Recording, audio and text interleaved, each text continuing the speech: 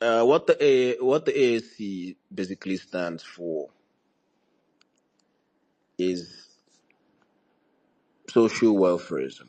To put it in simple terms, the AAC believes that the government should be the agent of the people.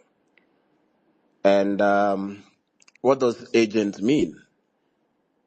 A lot of us, we are football fans. Um, we understand, I think, in general terms, what an agent to a player is. What an agent to the player does all the time is to get the best deal for the player. So if I'm your agent, I I'll move from club to club, try to get you the best deal. So when we say the government should be the agent of the people, we are saying that the thinking of the government, the essence of governance, should be all about the welfare of the people. Now, this is how democracy, in quote, ought to work, because there is a very popular democracy aphorism or slogan that is often thrown around. It's government for the people, of the people, and by the people. Well, in practice, you realize that it's actually not government of the people, and it's not government for the people, and it definitely isn't government by the people. Because government of the people, for the people, by the people always makes sure that the interest of the people come first. And what are the interests of the people? There are people that philosophize the hierarchy of needs. What are the things that every human being ought to have? And as time goes on, the basic needs of mankind has also gone up. So in today's world, healthcare should count as a basic need. Transportation should count as a basic need. Education should count as a basic need. Food security should count as a basic need. You realize that the essence of our existence and our prosperity lies in these things or these needs being met. And the AAC is saying the government, as the agent of the people, should provide these things for the people. The government should be the ones leading the charge for education. The government, being the agency of the people or the agent of the people, should make sure that the people get the best education without having to pay through their teeth. Should make sure that the people get proper health care without having to pay through their teeth. Should make sure that indigent patients, people who are not able to afford certain healthcare bills, are not let to die. That you don't have to die simply because you are suffering from an illness that is above your pay grade.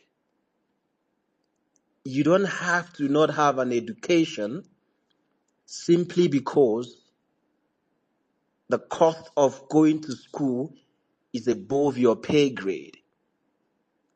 And You don't have to pay through your teeth just to have food and other things.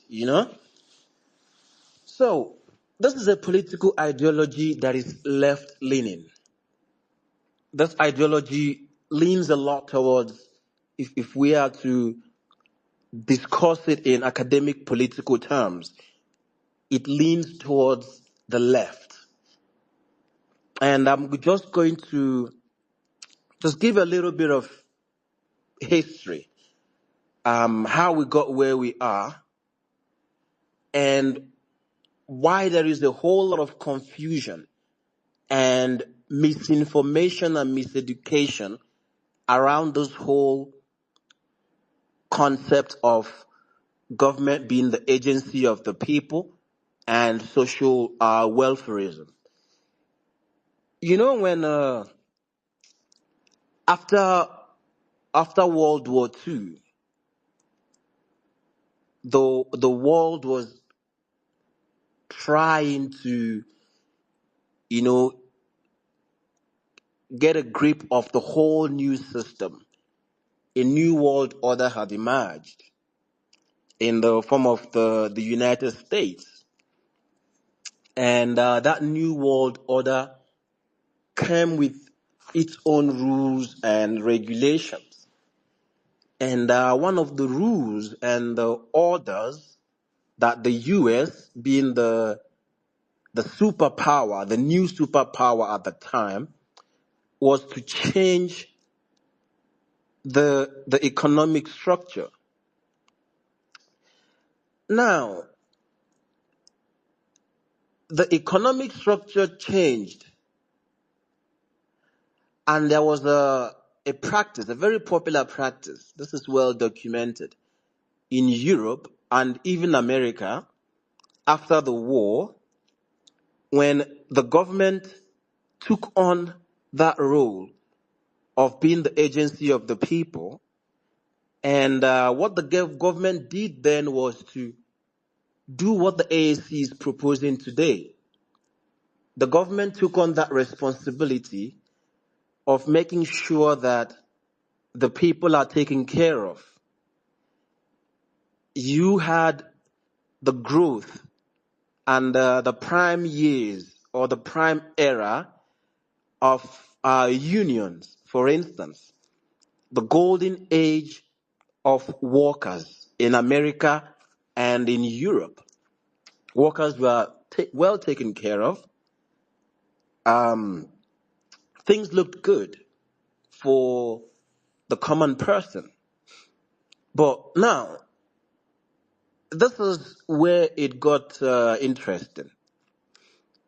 If you've noticed, when the AAC speaks, the AAC usually uses a certain phrase, class consciousness. If you've heard a few of our members speak, we always reference that point. And the reason we reference that phrase a lot is because for us to understand what goes on, for us to understand our position in the hierarchy of needs, the economic hierarchy, and that value chain, we need to understand that there is something called class.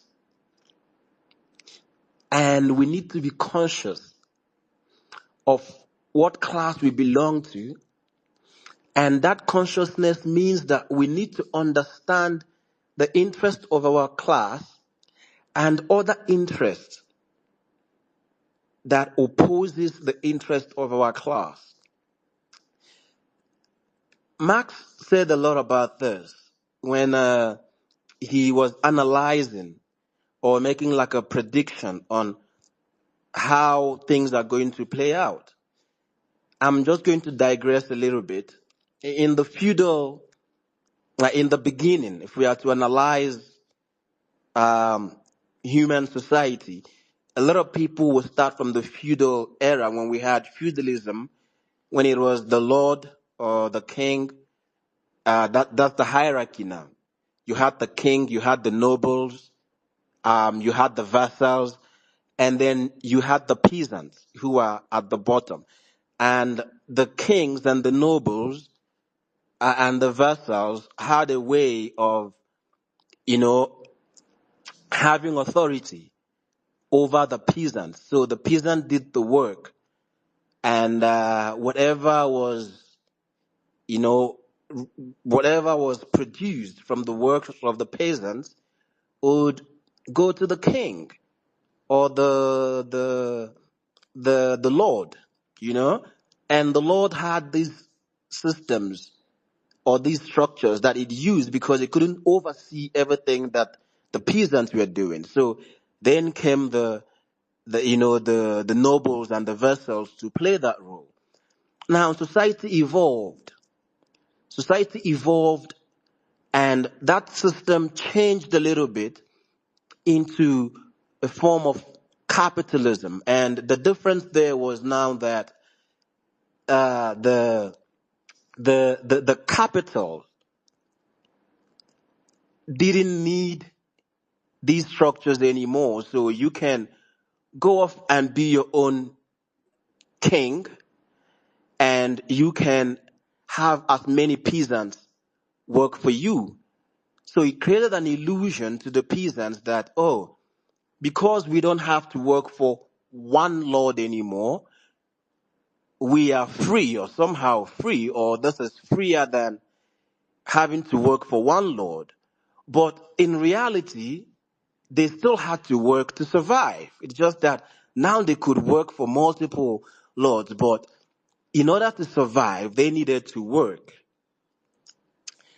So the new form, which is what we can refer to as capitalism, built its own structures and systems to utilize, the work and the labor of the peasants.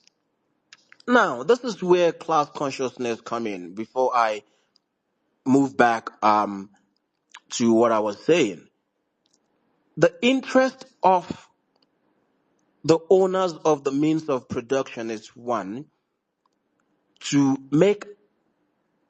produce and make as much profit as possible and produce as much excess as possible, because the more excess you produce, the more capital you make.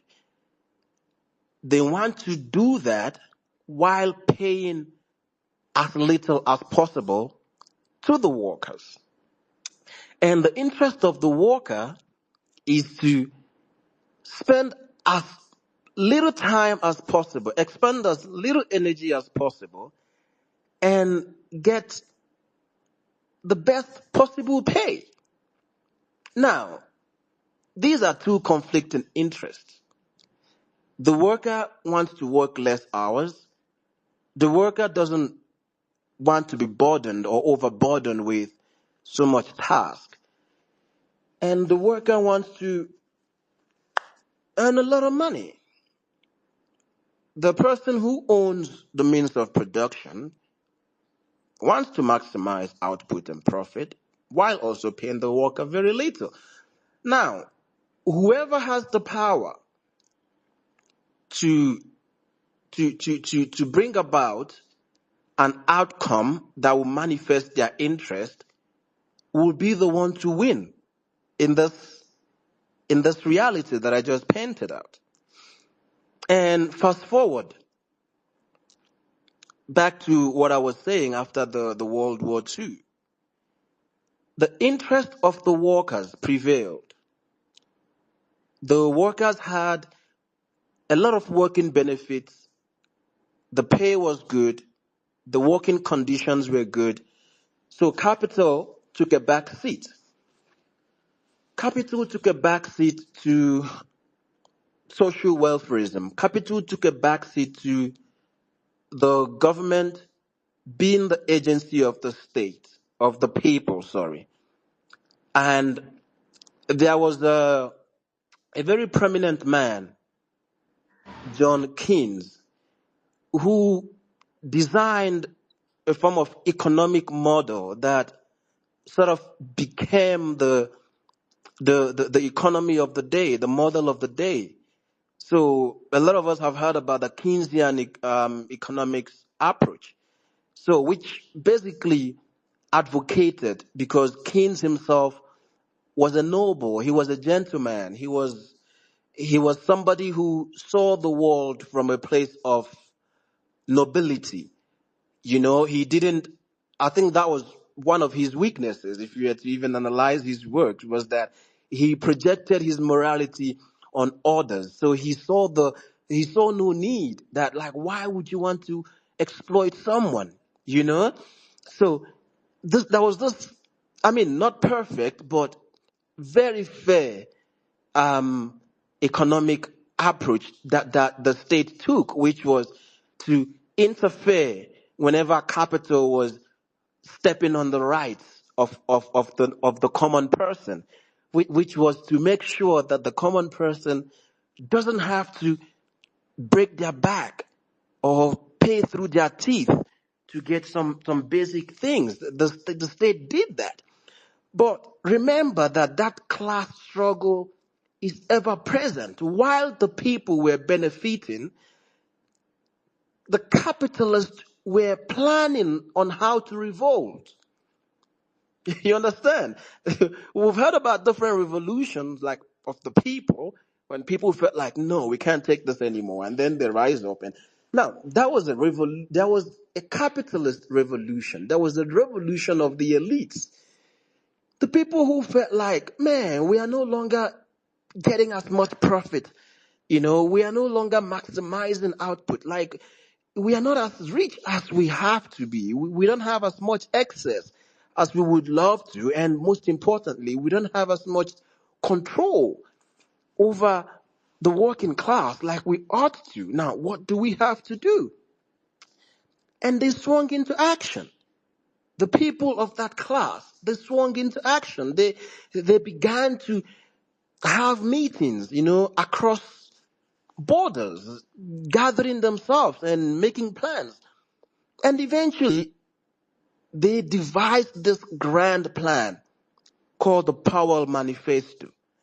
And the Powell Manifesto, they got a man called Powell to present that manifesto on their behalf, and it eventually got adopted. What was this manifesto? This manifesto basically advocated for, it listed ways that the capitalist would take over the system. And one of those ways was specifically, let me not even limit it to one. Like, it focused on one, that agent. Yeah. If you want to frustrate a player, you target their agent. You get the agent out of the way. Ah, man, players who don't have agents, I don't even know. It's a whole, there's nobody to speak on their behalf, basically. They have to be there in all the meetings. And even though you can strong arm them pretty much. So one of the things they did was to target the state, which was acting as the agent of the people at the time. And what did they do? How did they target the state? First of all, they brought in their own people. They brought in their own people. A lot of us have heard about, first time I got curious about Ronald Reagan. Fela sang about him a lot in Beast of No Nation, when he talked about Reagan, we talked about Margaret Thatcher. I didn't know, but first thing, I'm like, let me check on this. Like, what exactly happened? What was Fela speaking of there? And now it dawned on me that it was actually Ronald Reagan and Margaret Thatcher that the elites used as their people. If you want to take over a system, you replace the staffs who run the control room, pretty much. So Reagan was leading the charge from the U.S. and Thatcher was leading the charge from the other side, um, in the UK. And the few things that they did was to start, the creation of what we call the think tanks, the ideology shapers. people who will sit down, think through their interests, come up with ideologies that are shaped by their interests. That is one. That's their job. And then the second parastatal that they set up was the propaganda arm, the media. They invested a lot of money in the media. So whatever the think tanks would come up with, which is pretty much the wishes of the elites, these things will now be pushed to the people using the media. In media studies, there's something called the hypodermic needle theory, which is, it's like the media have this big needle. You know, if they want you to injection, that is just near the head. So they will draw the propaganda content, and then here is the masses, and then they go chook and pia, it go enter all of us. You understand? So that's pretty much how it worked. The think tanks would develop the idea, and then they will push it to the masses using the media. And they did something else. They went further. They started lobbying in institutions, universities. I'm not making this up, guys. They would give donations to universities. In return, you know, in politics, that's what they call the quid pro quo. I rub your back, you rub my back. They would give funding to universities, and one of the things that they did was to be the ones. They demanded the right to design the curriculum. Go and check this out. They demanded that they be given the right to design what the universities would teach. And they got it. So they have the media, they have their think tanks, they have the universities who are now teaching the students through the lens of elite capitalism. That's what gave birth to what a lot of people today call neoliberal economy, extreme capitalism, however you want to phrase it, whatever floats your boat. But the point I'm trying to make is, through this revolution, which was both ideological and very, very radical, the elites were now able to take over the system, take over the narrative, and they had a lot of intellectuals who were writing a lot of books, economic related books. They were writing books on economies, pushing it out there to the point that the left, who were for social welfare, the left completely got blindsided. They bought into it because, I mean, these guys were more prepared. They've been doing their research. You know, they've studied. And one thing with studying and doing research and understanding concepts is, no matter how stupid or how crazy it is, so long as you become very nuanced, it flies. So people were no longer asking questions like, but we ran a country, you know, for decades using this model. What could be wrong? Now, let us remember something also. When you are coming up with these things, people don't just accept it like that. Before, like, it becomes easier to cause chaos, or you attack that particular, the engine that blows that air that you are trying to deprive the people of. If you attack that engine, then you can now, whatever you tell the people about that engine can sink in easier. What I'm trying to say is, around this period, you had the OPEC oil crisis. I don't know if you remember. It was around this period that all of a sudden, remember, America had pegged the the oil to the dollar via the petrodollar system after the fall of the Bretton Woods system. And then all of a sudden, we had the oil crisis, which directly affected the American dollar. So like such a wonderful coincidence. And what was the message that the elite was selling to the people? They were selling to the people the message that says there is no more dollar. Dollar don't finish. There is no more dollar. All these things you guys are enjoying, there is no more dollar. Dollar will soon finish. You know? And what's the best way for the people to believe that dollar will soon finish than for there to be a crisis that will actually affect the dollar? So from there, the right wings just took over the narrative. They took over the government. They took over the narrative. They took over how government spends. And what is the interest? What interest were the elites trying to achieve? What interest were they after? They wanted to reposition themselves. They wanted as much profit as possible while spending as little as possible. They wanted to replace the government as the agent of the people.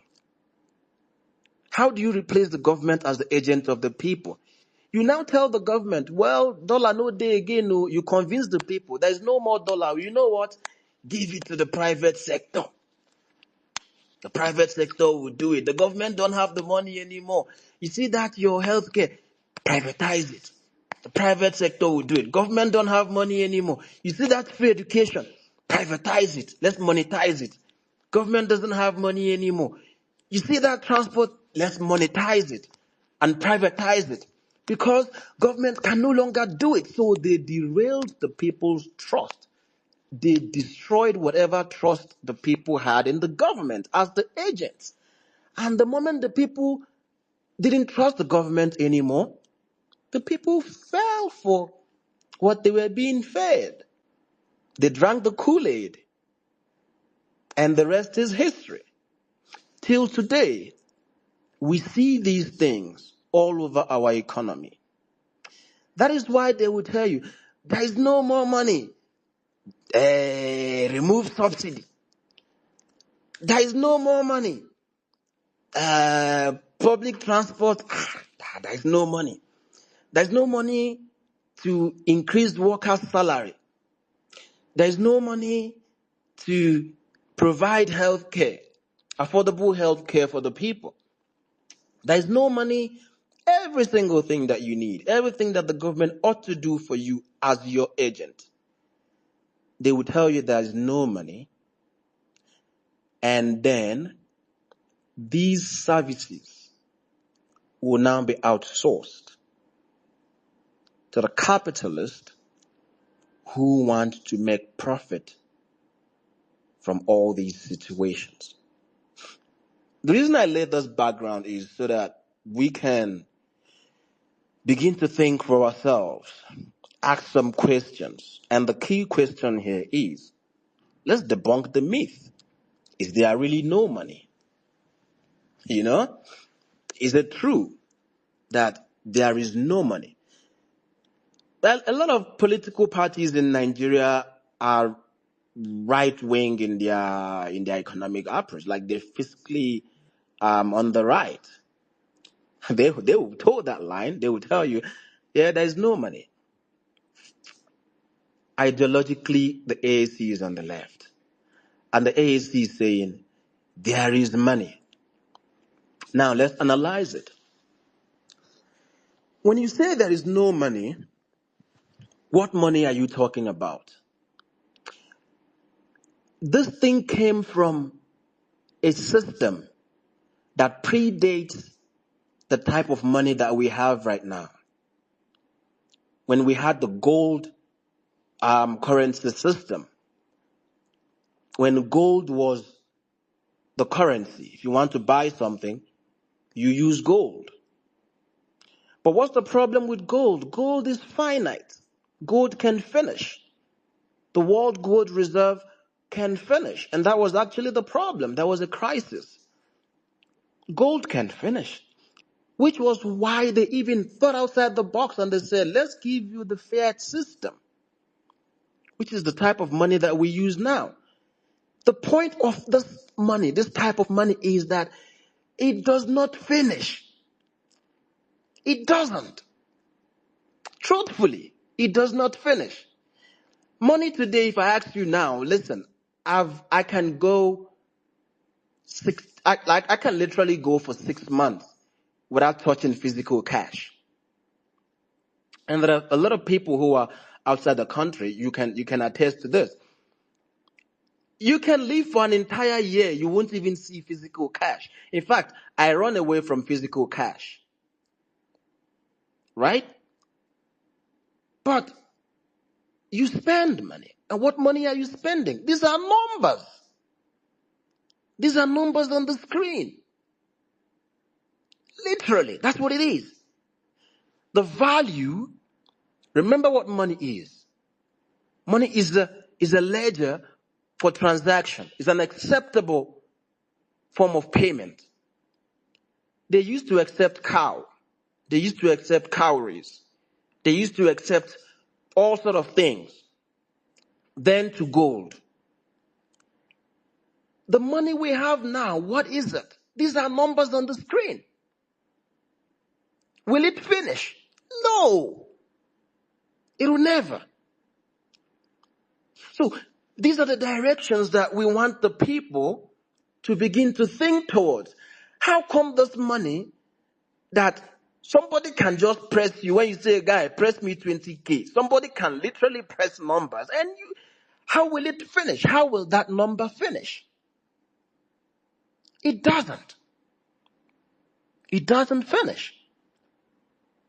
And when we talk about these consciousness, what we are trying to tell you is there are lots of lies that has been told to maintain this current status quo. So many things have been said that are not true.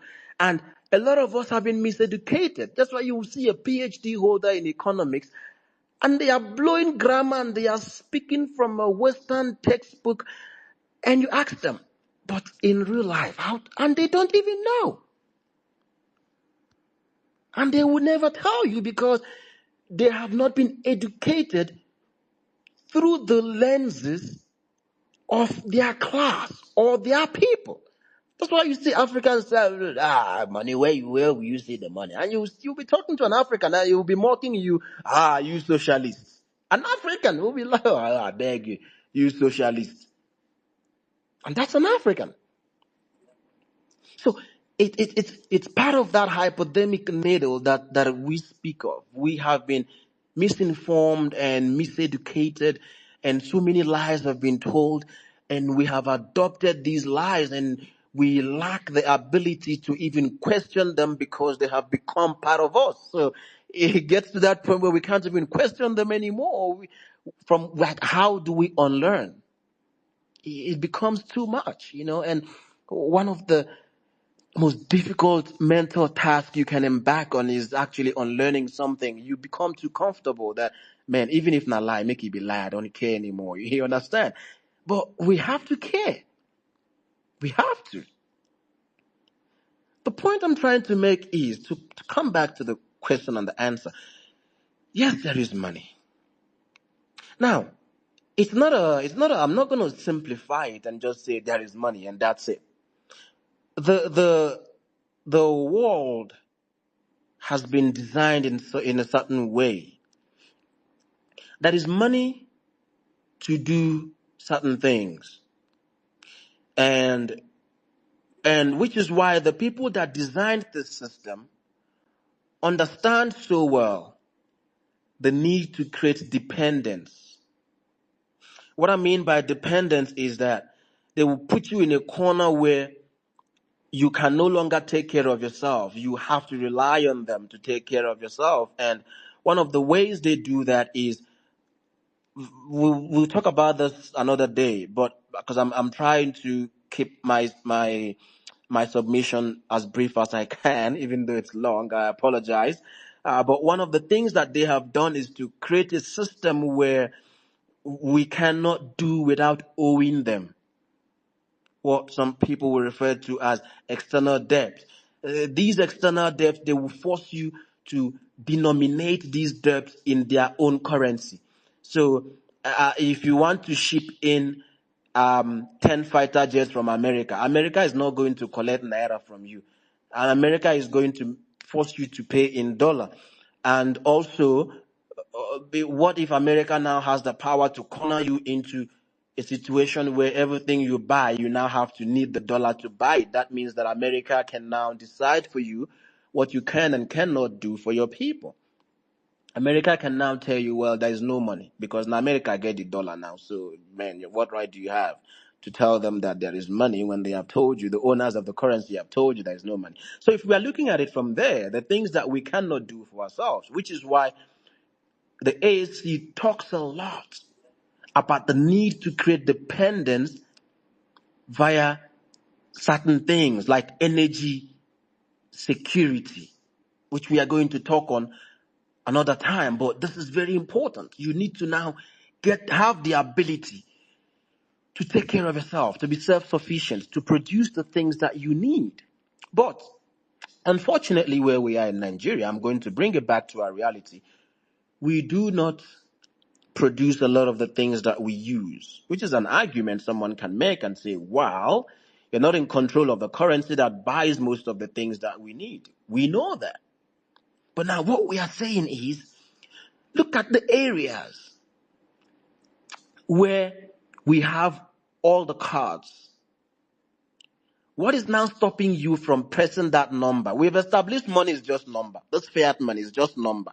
What's stopping you from pressing that money to increase workers' wages then? You don't need dollar for that. Right? You don't need dollar. What's stopping you? And I would really love a lot of these politicians, or some of them, to actually answer these questions. And these are questions we should be asking them. If we ever run into them, these are questions we ought to ask them. Do you understand this current money system? Yes. What is then stopping you? Because the central bank creates money. The central bank, that's who creates the money for us.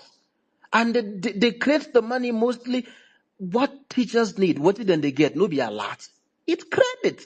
They press it over the computer. They know they carry money, they drop for everybody door. So you can tell me the money will finish. It will not finish. It can't. What's stopping you? These are the ones we have full sovereignty and autonomy over. And then another thing, there are companies that operate within our shores. And some of these companies, I'm talking about foreign companies now, infrastructure building companies, who we pay in naira. Yeah. There are infrastructure building companies that will pay in naira. Are you also then telling me that if you embark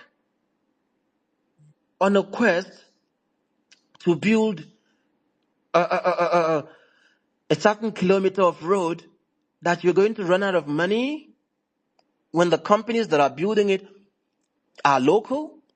No. So there are lots of questions that come up here.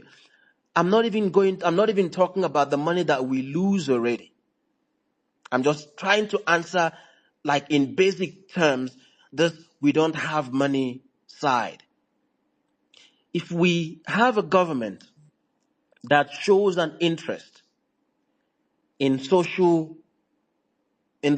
welfare, in investing in the social welfare of the people, or in the welfare of the people, you will see that they will bring competent and qualified people who are going to look through this economic model that we are being screwed with, see latitude and ways that we can leverage.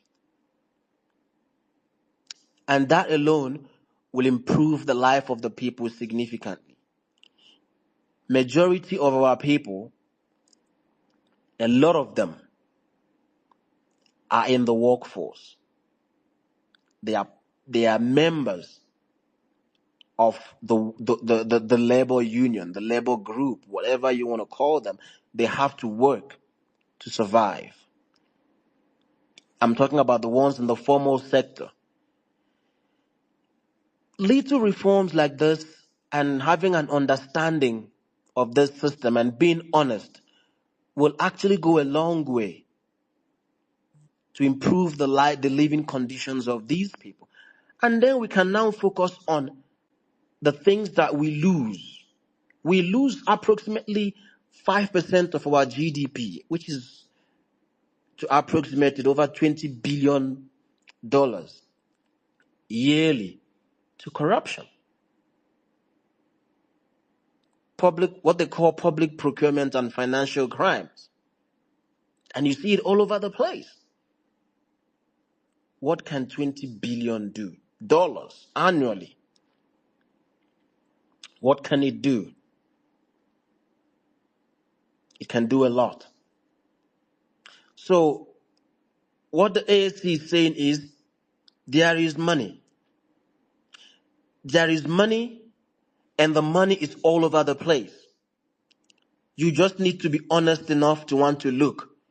And you just need to be honest enough to want to put the money to use. You need to be honest enough to want to be the agent of the people. And when AAC talks about social welfarism, this is what it means in a nutshell. That you don't have to have kids who are out of school simply because they cannot pay school fees. That you don't have to have patients who will die or are allowed to die simply because they could not afford medical bills. That you don't have to, pay through your teeth to transport yourself from Lagos to Kano or from one point to point B simply because we have this policy that says government should not intervene, and therefore transport companies can charge people whatever they want to charge people. That you don't have to have a country where landlords should just wake up and increase your rent by 100%. And according to this system, it is within their right, because this system prioritizes profit over anything. Having that understanding that the government, as the agent of the people, can step in and say, you are not going to increase rent beyond a certain percentage. That is how it's done. So these are the things we want our people to be alive to. And these are the things that we want our people to agitate for. The government should be there as your agent. Don't let them deceive you with this "there is no money" anthem that they sing. There is money. There is money. There is money. And there is money. And this is exactly what the AAC says. And this is what the AAC stands for. Thank you so much. I'm going to hand the mic to my co-host. That was a smooth one, Chimeze. In essence, Chimeze is saying that we have money. What we need to do is to stop feeding the greedy. We need to attend to the needy. We have a lot of speakers now, but before that, let me especially acknowledge the presence of the AAC gubernatorial candidate in Ondo State in the last election, I think 2024. That's the ever rugged, the ever conscious, the ever radical, the defiant comrade Kunle Ajayi Weissman. He will have to go first because he was specially invited. Then after him, we can have Angel. And after him, we can have Angel. Comrade, you are welcome, sir. Thank you so much. Comrade Ramon. I think that Chimeze has said it all. What will I have to add again? What will I have to add again? He has done a fantastic introduction in a very simple format and not so much ism. And I think that defines it all. So, as a special introduction to our ideology as a political party, and I think that he has shown a very clear position as to the fact that our party is quite different from the other parties, and that you know that what unites all of the other parties is also clear in the last elections, where all of them said they were going to remove subsidy, which Chimezie rightly confirmed as the Keynesian social welfareist idea, which I think Nigeria ran away from. Nigeria was disbursed off from in the mid 80s by especially the Babangida regime, from the Buhari to Babangida regime, to support what they call the structural adjustment program policies. You get it, and it is not only Nigeria; it's in a lot of African countries. And if you look at it, it has helped to establish the power of the private over the public, and also help to transfer public investments, public industries, public money into private purses, as we have today. So what they do, like I used to say, is what is called point and kill. They point to industries, bring in bad industrialists, bring in bad managers, and then blame the victims, blame the workers for the destruction of those industries. And at the end of the day, they kill those industries, buy them off, you get it, for their private distance. I just want to go a bit further, that aside the destruction of industrialization, as it is today in Nigeria, they have advanced to what is called neoliberalism, to the extent that they do not even want to produce anymore. Don't fall for the refinery they're having now and all the rest. It's probably one out of so many. What they are now more interested in is to dig the resources from the underground itself, the raw resources, and make it up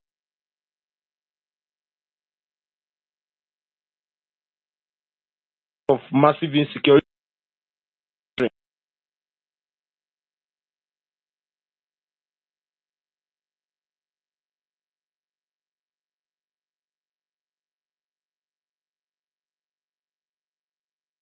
And putting their militants to ensure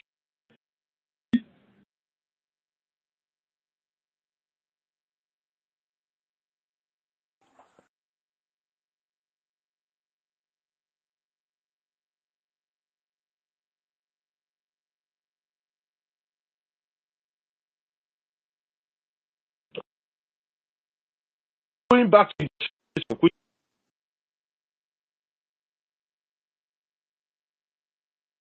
this introduction to the fact that as a political party, what we are clamoring for, what our idea is not just to return Nigeria to industrialization, not just return bringing back to the days of having social welfareism companies and all the rest.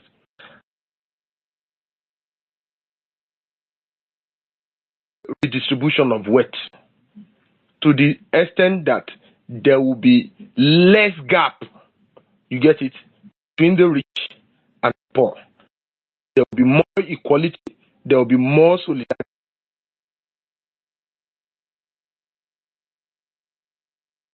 So in all of it, I give solidarity for all the comrades that are on ground. I want to say special thanks. I want to salute you for having your time to be here today. And I want to say that we should not only have these discussions just in this space alone, while we hear all of the introductions and all that.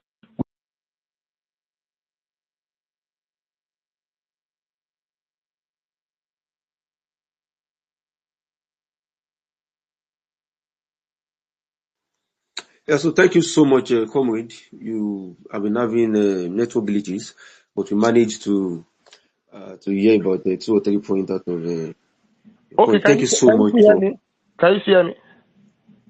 Yes, you've been on and off. Your network is not so good. Oh, sorry. I didn't even take notice. What I was saying is that they have advanced. I think, did you get it from that arena, that they have advanced the victimization of industrialization in Nigeria to the extent of making very sure that aside the killing of the industries, they are going to be exploiting Nigerian mineral resources and take it abroad, you get it, on their own volitions, like was done in Congo.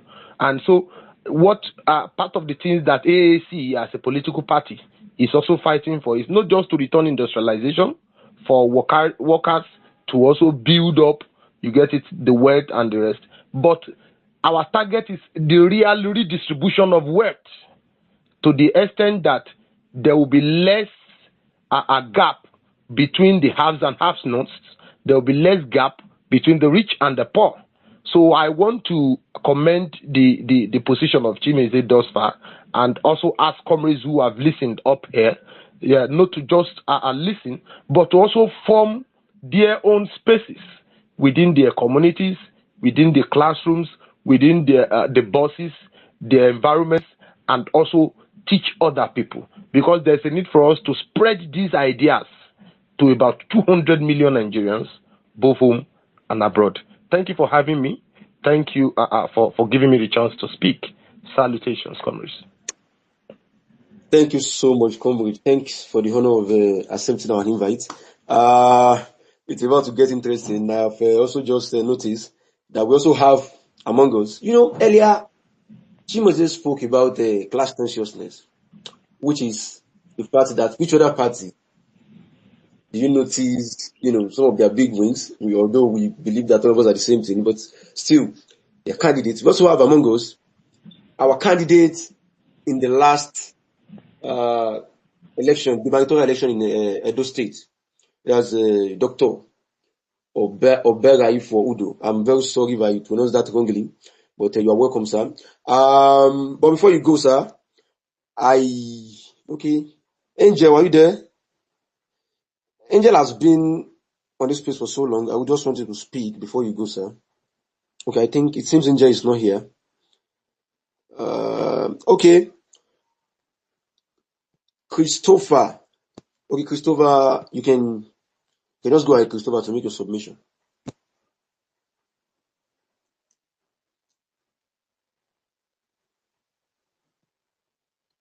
Christopher, are you there? Okay. Okay, we also have Umar. Can you go ahead with the submission?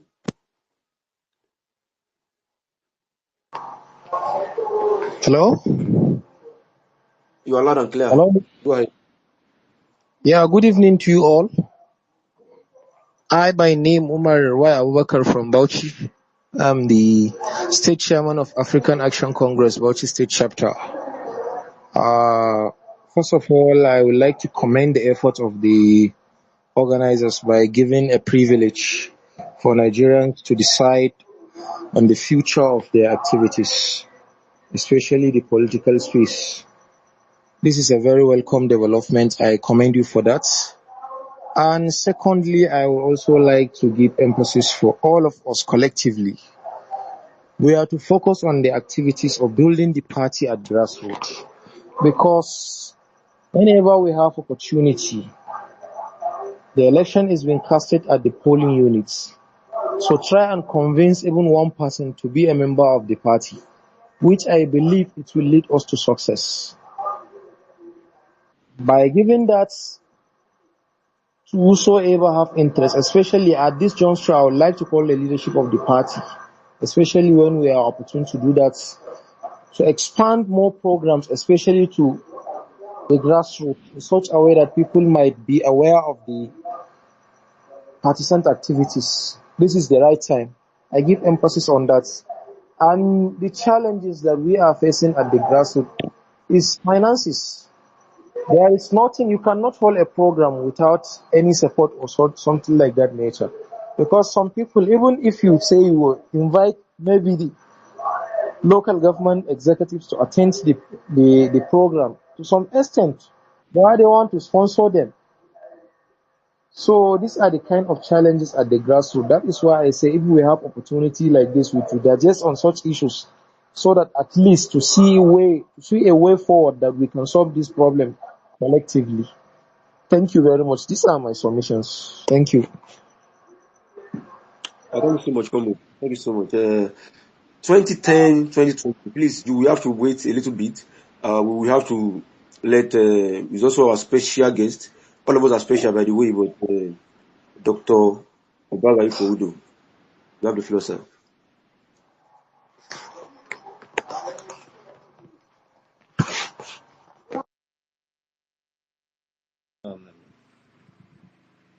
Good evening, comrades.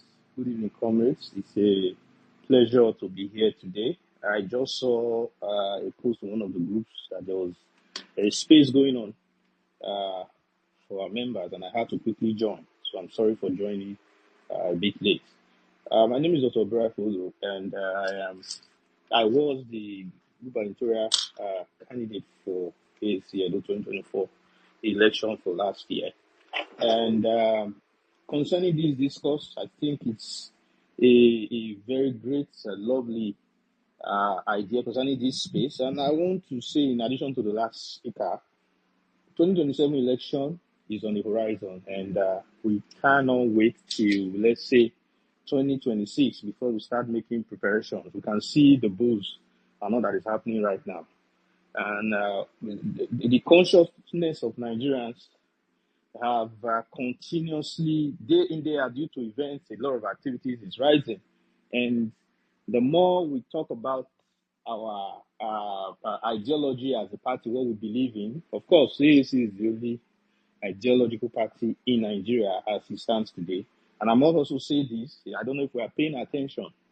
There are some things that are going on right now. Some few reforms that this present government is initiating. If you pay attention, you will notice that everything they are trying to do somehow comes from our AAC manifesto. I was discussing it with someone a few days ago.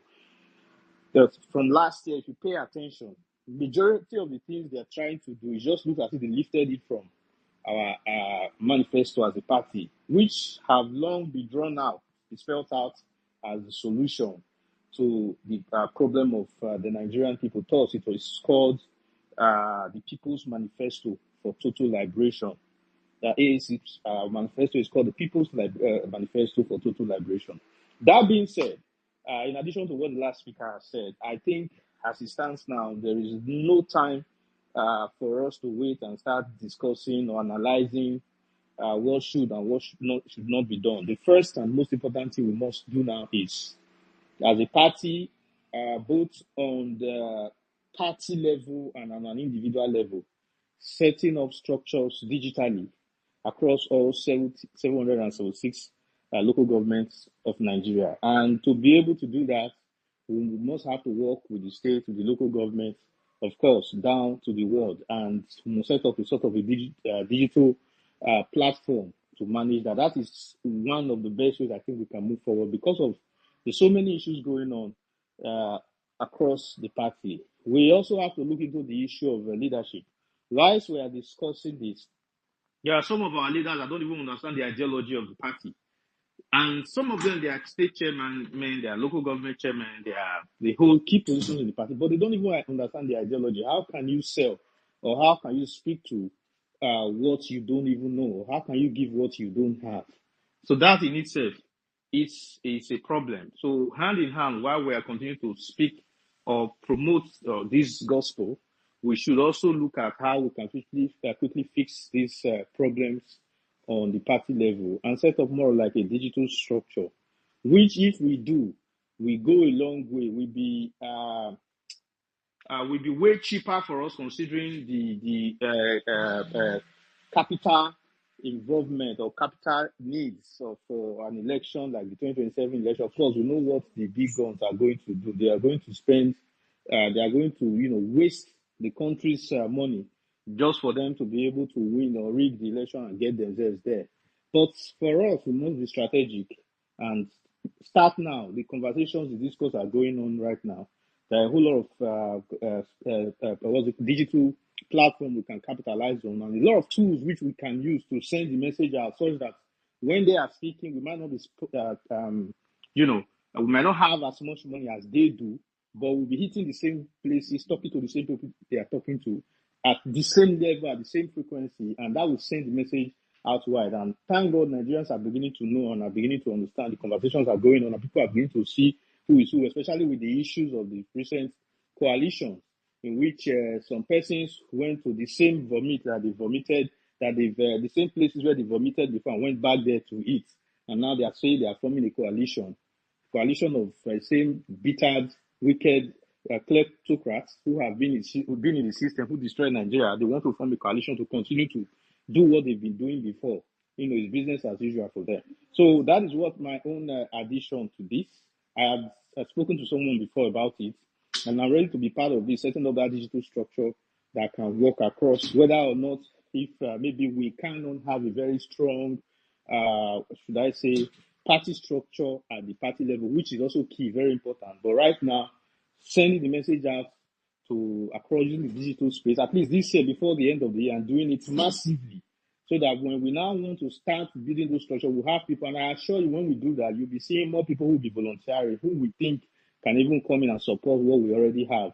And by so doing, even our physical structures on ground, we also will be able to, build it and strengthen it. And most importantly, when we have more support as more people come in, the issue of finances in a way will be solved, because definitely we'll have volunteers, we'll have people who want to support whatever it is we are doing, especially when they are seeing progress, when they are seeing that, yes, the party is doing something, we are doing something right, and we are not stuck, or we have not been the way we've been over the years. They will see that, yes, things are really moving, forward. So this is just my submission in addition to this. Thank you so much. Thank you.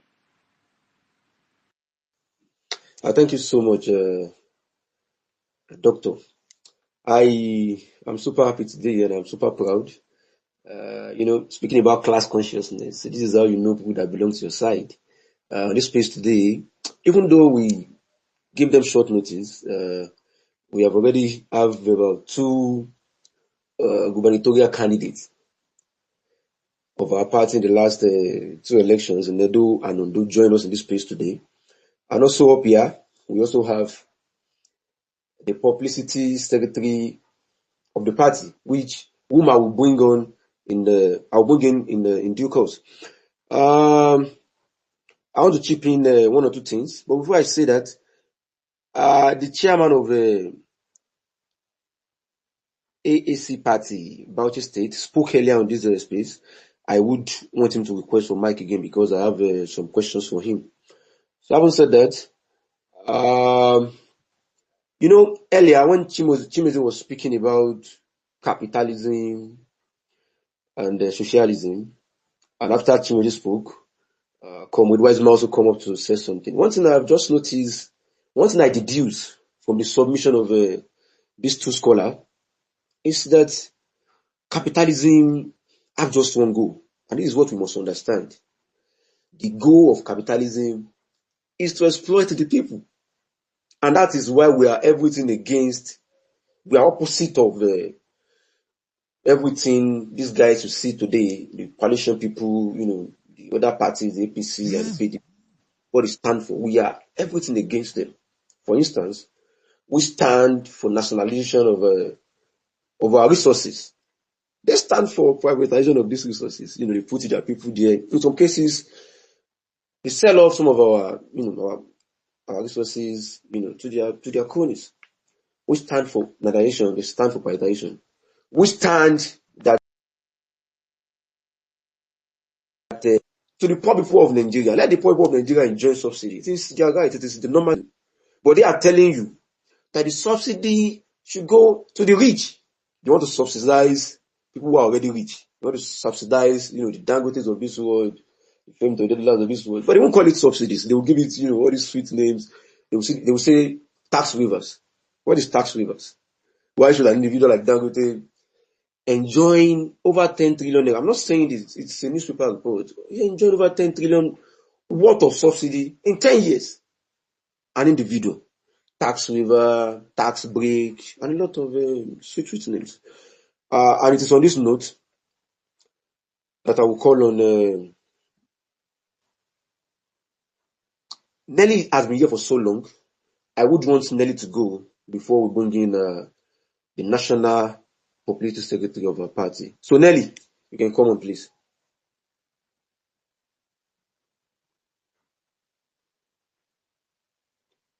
Nelly, are you there? Okay. Uh, Nelly. Okay, it seems Nelly is not here. Okay. Uh, Let me officially introduce the publicity secretary of our party. He's a rugged, he's a scholar, yes, he's defiant, he's resilient, he's undoubted. Come with Femi Adeyeye. You have the floor, sir. All right, thank you very much, comrade. You don't need all those all those adjectives to introduce this person speaking. Thank you very much, comrades. Sincerely, appreciate you for putting this together in line with the several discussions that we've always had from time to time. From Comrade Suaz, Comrade Dick Ramon, yeah, your state, Comrade Wiseman, Kunle Ajayi. It's everything you're seeing here was actually planned. It was not out of the blues that we are putting this together. And I think this would be one of the I don't want to call it reform. I don't want to call it because it's still part of a series of activities. Series of activities that would see in the coming days and moving into another calendar that has been set by the oppressive class. Every 4 years, that's when they renew their oppression. I mean, you know what I mean by that. That's what they do. But for us, and our national leaders also made it very clear that we continue running. We don't conform with their own calendar. We are not. So that is why, um, be it election or outside election, we continue to speak to the issues. We continue to mobilize Nigerians in protests.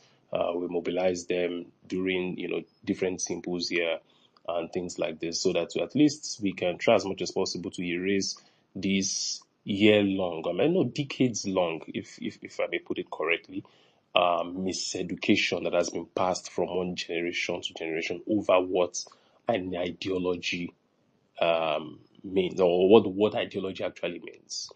I listened. Let me quickly add also that I came in late, and I sincerely apologize for that. I spent some reasonable time to share this link in groups that are not AAC or TIB inclined, some of which I belong to, including a particular group that we've been having serious debate for the past 2 days or 3 days now.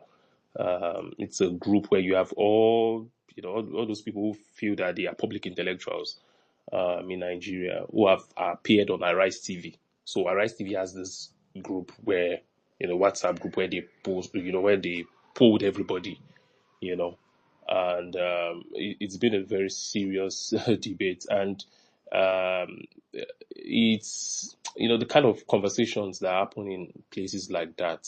I'm talking about places.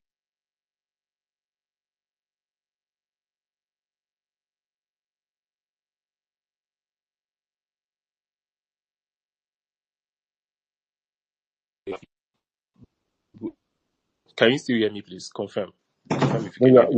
you're loud and audible. You're audible. Okay. I could just deduce that it seems our people have been taught nonsense for years. They've been taught nonsense. They've so much internalized that nonsense. And sorry, please, I need to just tell someone not to call me again. Sorry. Okay. So they've been taught nonsense over the years, and I could see them regurgitating that nonsense. To the point that I was in a conference one time, and I explained, and Comrade Wiseman also did a very fantastic job to explain these concepts. You won't believe that some persons are actually describing what the APC has been doing as socialism.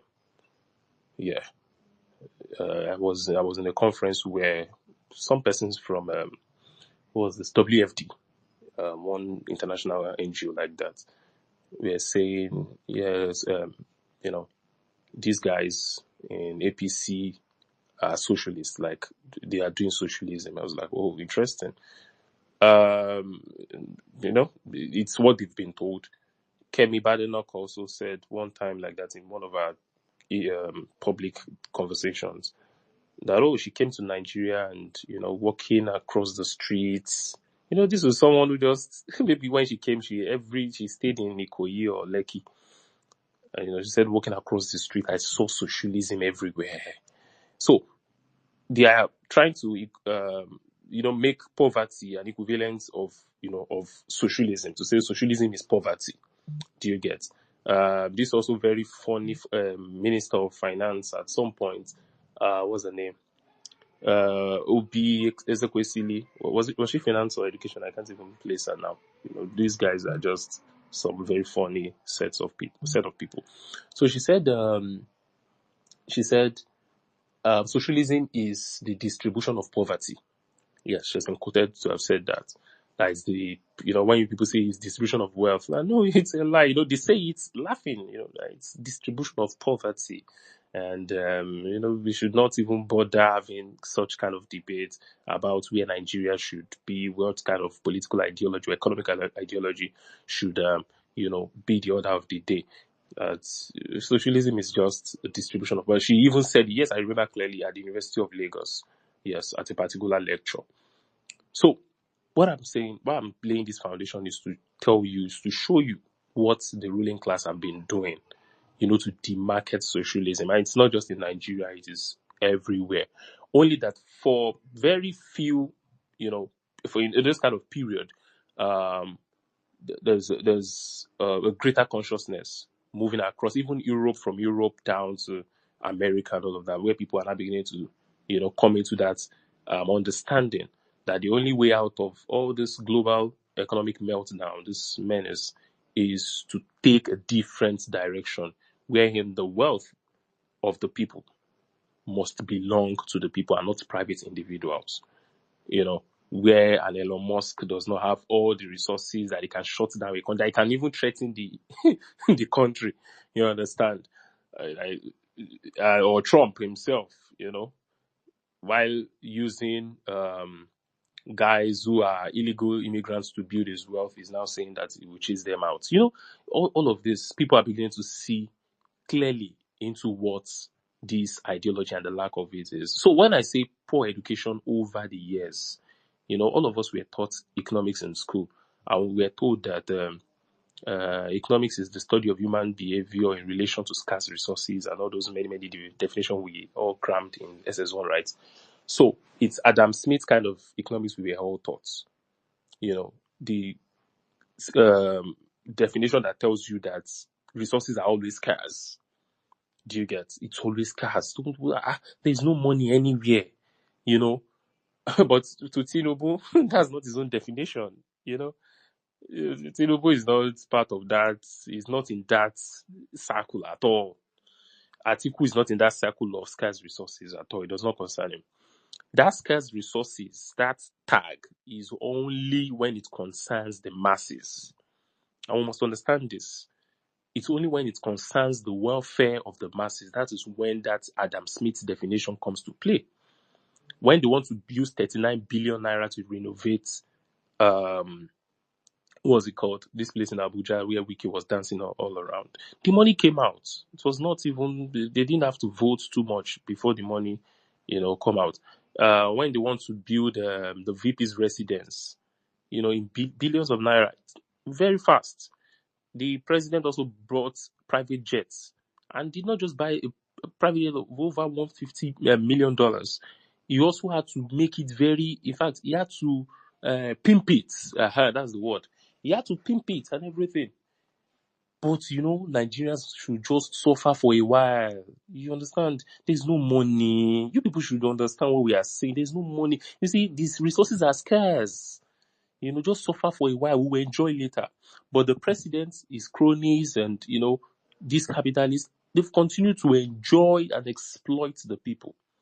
So we need to understand all of these things, because in the university, I could remember then when we used to have some of these debate about capitalism and socialism, you would hear from many of our guys in what's it called, in economics, in law, and all. They would defend capitalism with their. In fact, no, capitalism is something like you, you, this poor boy. You are talking. You don't even have capital. You are defending what capitalists who don't have capital. You don't even have capital. You don't have access to capital. You don't see. You are only regurgitating what you read in one book that you don't even understand. You don't even understand these issues. And so these are the things. These are the so when we see people, that's why these days I don't really go into. I first of all size you up before I start any debate with you, so that I don't waste my time. And I also understand that this thing we are up against is something that has been passed from generation to generation. So sometimes don't let us beat ourselves too much. It would only take serious efforts to make people unlearn what they've learned over the years. When you talk about politics too, I will just touch some of these things and I will allow people to speak. When you talk about some of this, the definition of politics, what politics should mean, and all of that. So when you listen to people, you find out that they don't even understand what it should be. And that's why the AAC was established in the first place, is to redefine politics. What is politics in itself? It is about policies. Comrade Obrafo mentioned something like that. It is about policies. Politics is about policies. Politics is something as simple as this.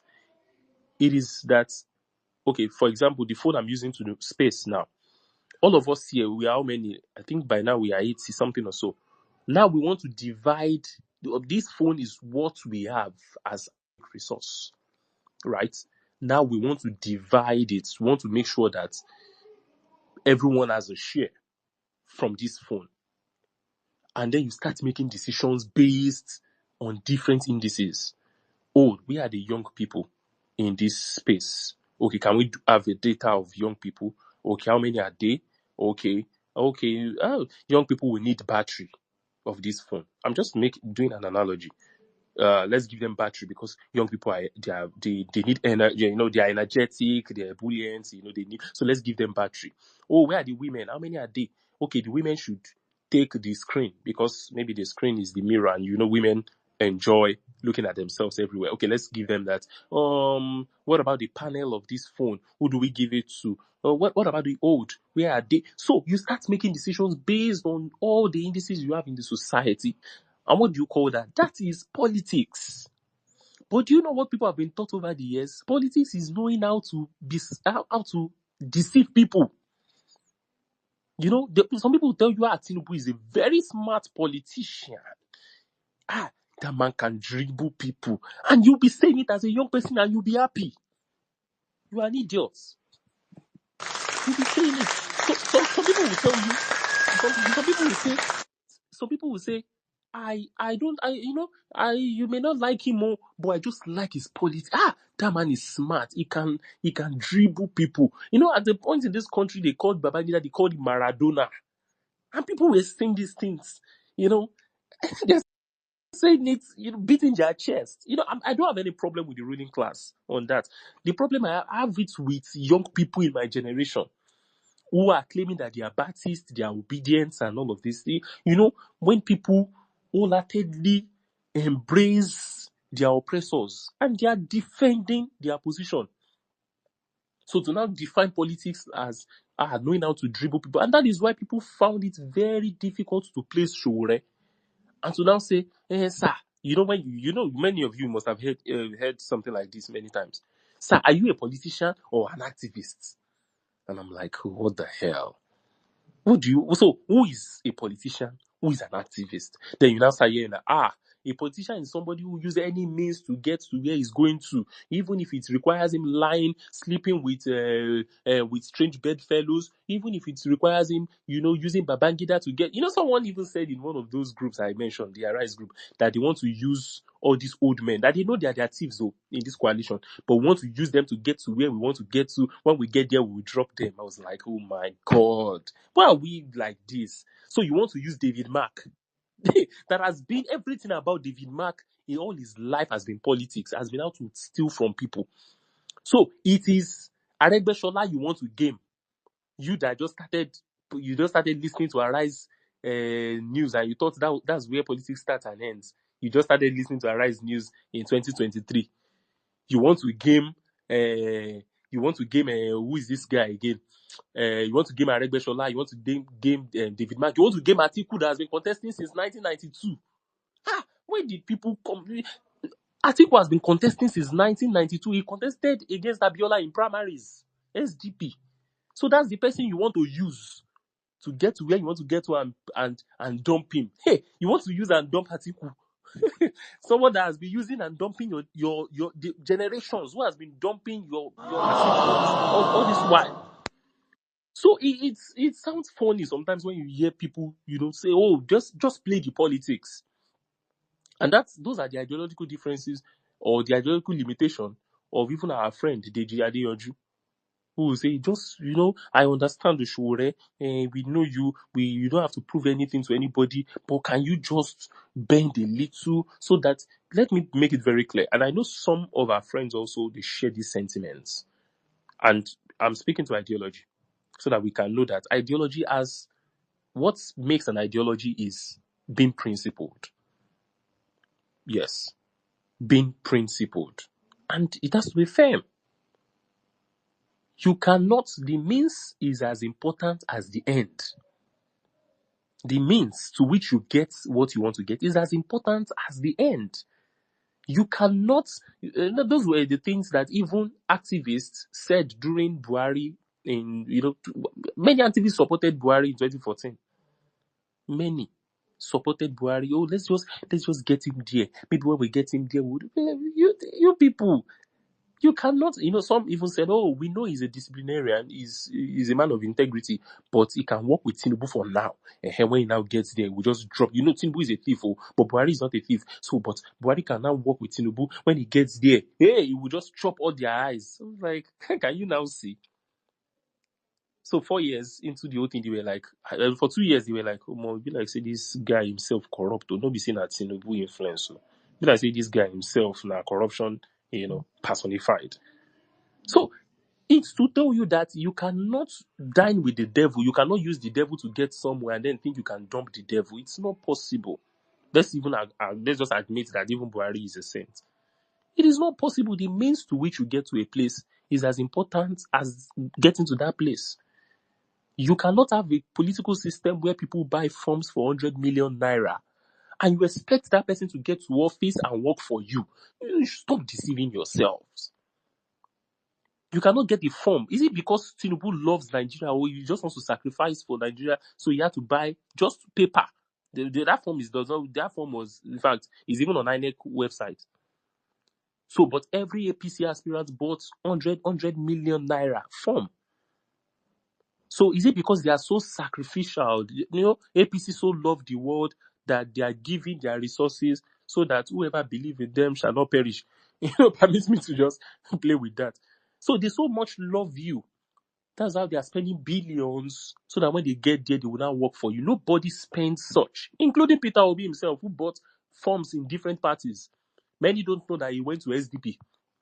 He had a short stay at SDP. I know some of the persons in SDP who took his money and never returned it. Around, I think, 30 million or so.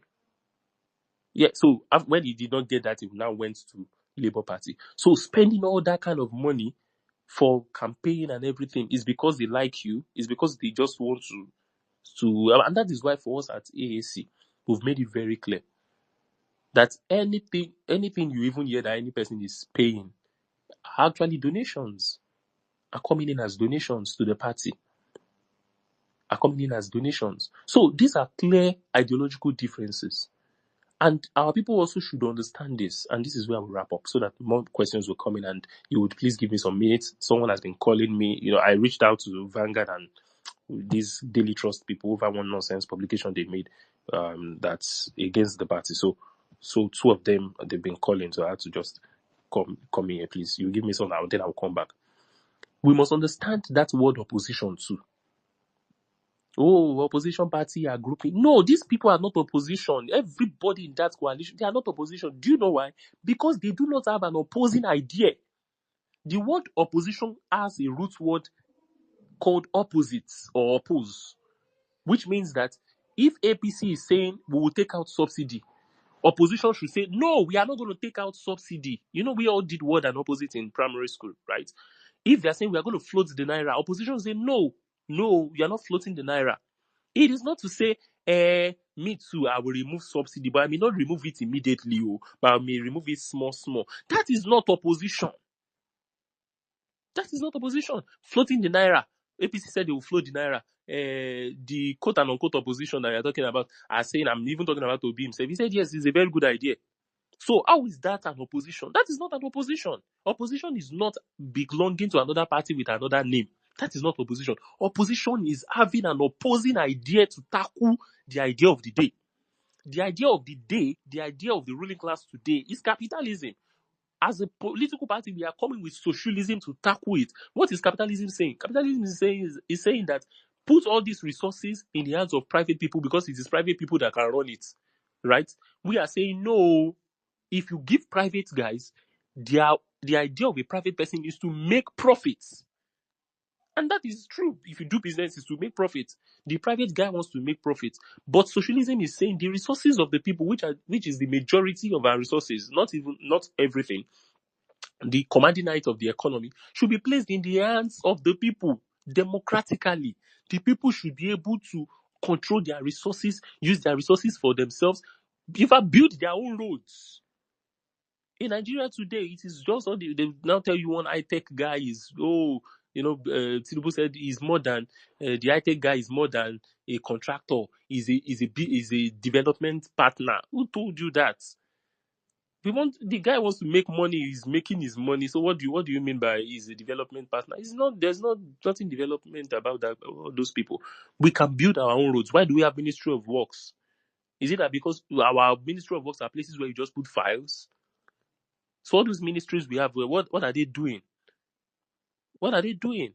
We have people, we are teaching them engineering, left, right, center. We are churning out engineers every year, but they cannot build our roads. So what are we doing? Let's just close down the universities. Close it down. If we cannot build people.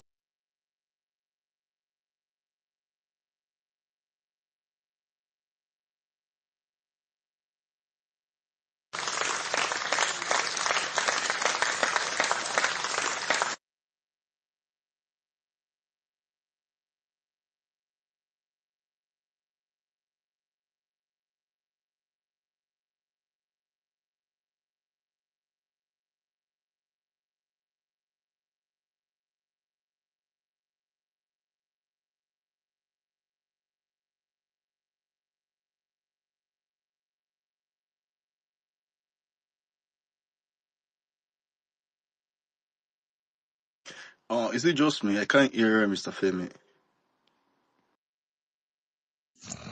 I can't hear too. I don't know why.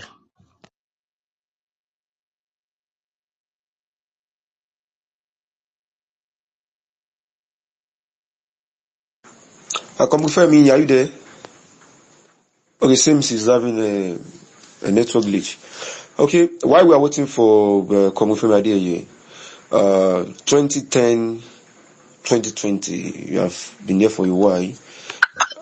Okay, thank you so much. I appreciate this opportunity. Okay, I wanted to speak to three things initially, but I think I'll be limiting to two. The third one, Femi seems to have addressed it, which is that ideology and being principled goes hand in hand. You cannot be ideological and not be not be morally different. We may not know it, but the fight is actually also a moral fight, which is between what is fair and what is unfair. And we obviously, every Nigerian, whether they share in the ideology of AAC or not, can appreciate the fact that what we currently have is unfair. So that's to say that it is a principle work, right? So we cannot believe what the people that create the problem believes and expect to create a change, you know. So he already spoke to that, so I'm not going to speak to that.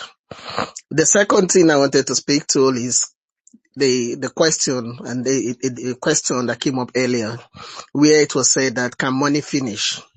And the fact that there are many schools of thought in economics, but the one that seems to gain ground is the one that is being sponsored by people with capital who champions the ideal of capitalism, which is like a vehicle through which they steal the commonwealth of the people and personalize it.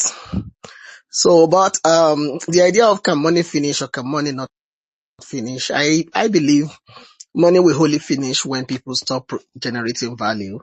But when we continue to generate value is what you do and somebody else is willing to give up another value for. If that continues to happen, money will not finish. Now, as a country, we will not have capability to make trade with some country because maybe we are not able to produce what they may want to exchange with us. But we can effectively have a great life in spite of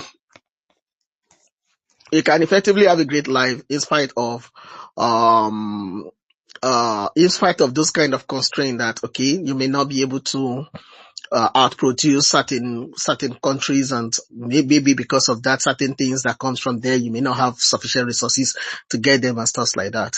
So yeah, money will not finish if we continue, if our population continue to produce value, and value is anything that somebody else is willing to actually exchange value for. That's it. Now, the third one, which is the serious thing I think I want to speak to, is the fact that we need to know that this is a long walk. You can recognize Mr. Femi Adeyeye from 2019 or 2018, when the whole idea of Take It Back started, before it morphed to AAC and different iterations of our organizing and all of that. Mr. Weissman was here earlier. I can recognize him from those days too. And a number of people have come and we don't see them again. And I'm sure most people here don't even know me too. So it's okay. But the point is, why availability might not be the same as you age, as you grow, more things might take your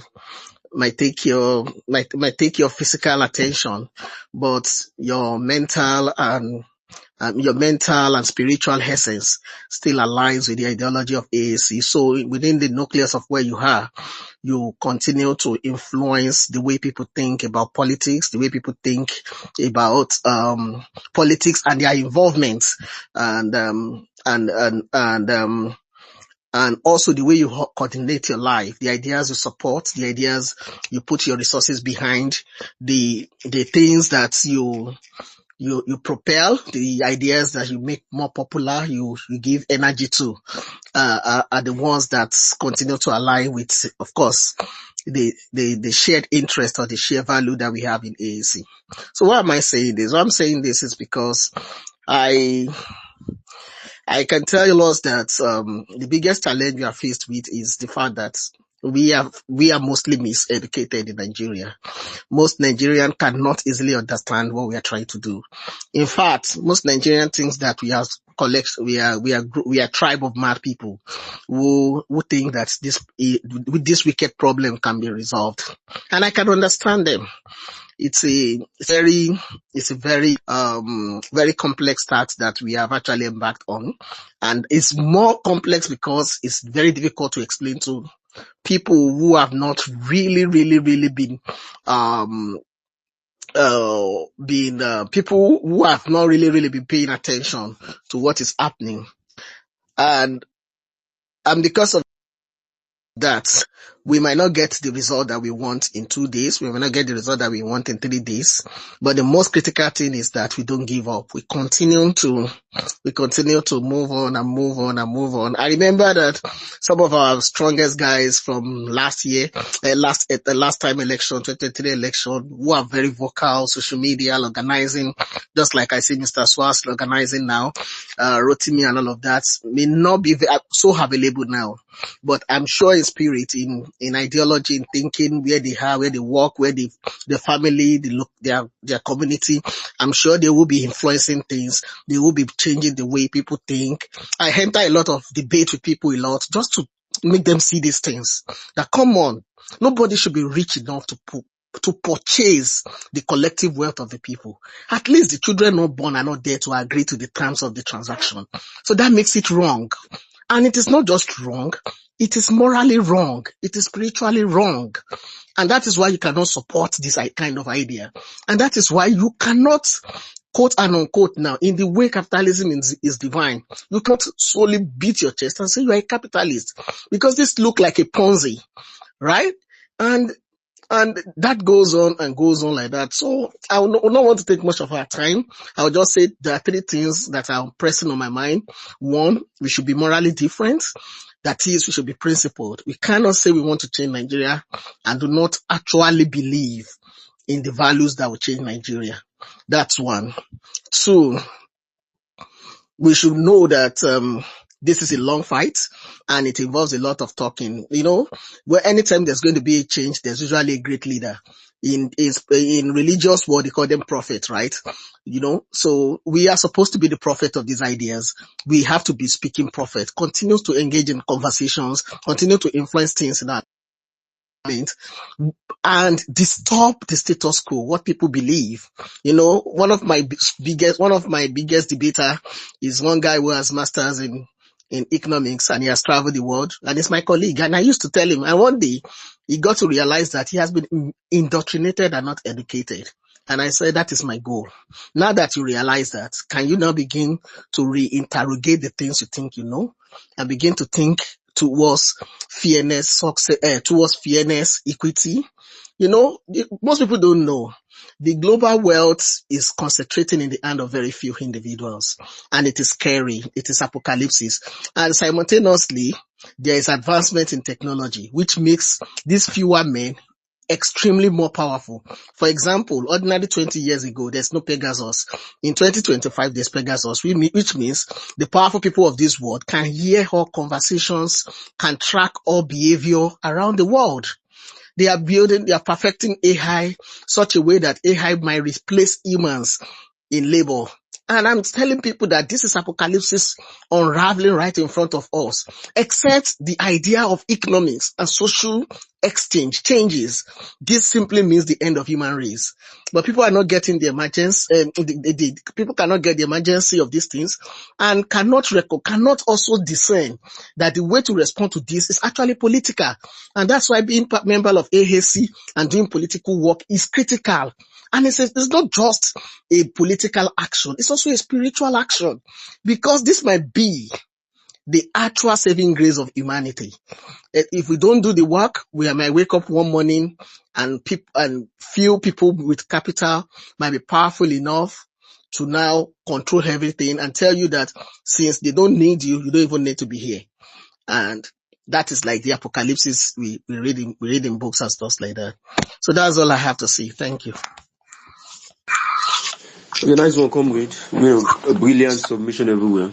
We have Knight go first, then we have a corruption hater. So Knight, you have the floor.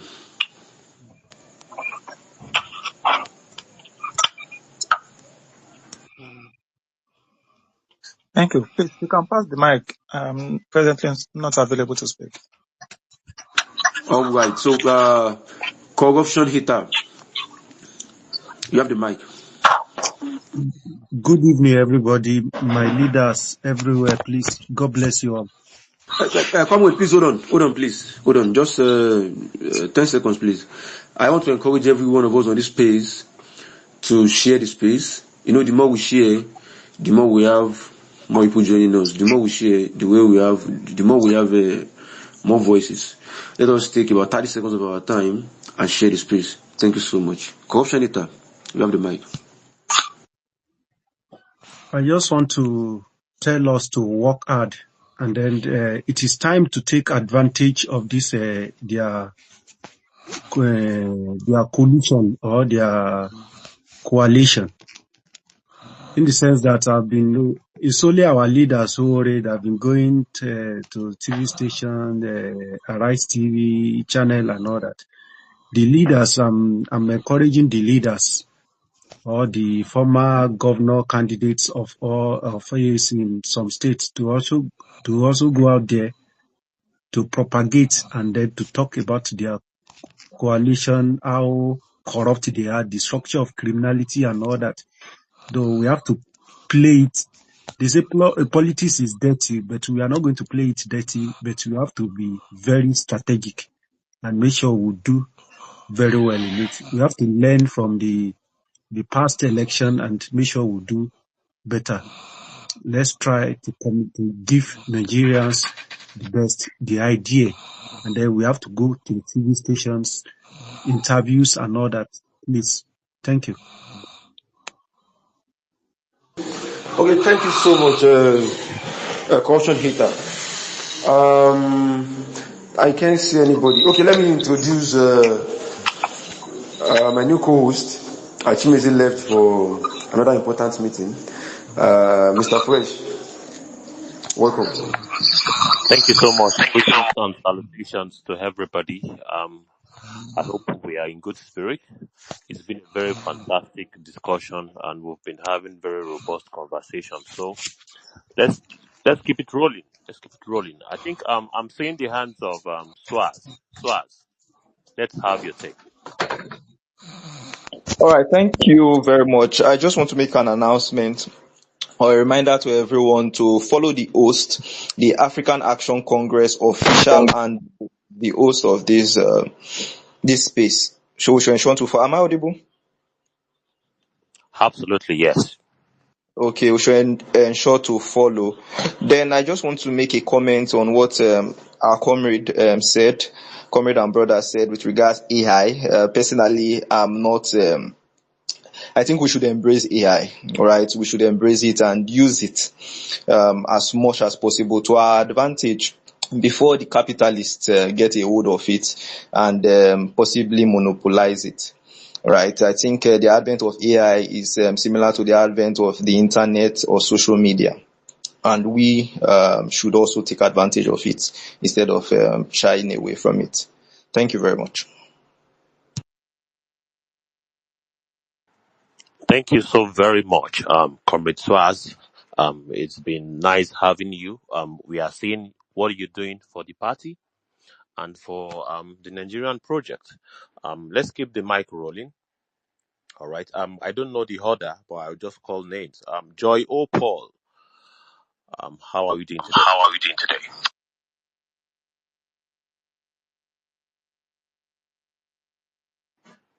Are you there, Joy O. Paul?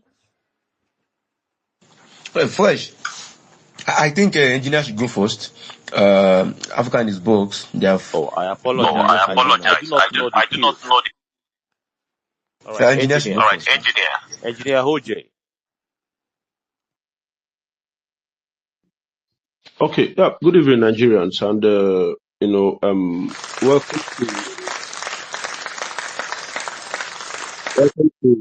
welcome to this median edition of an interaction with our great political party.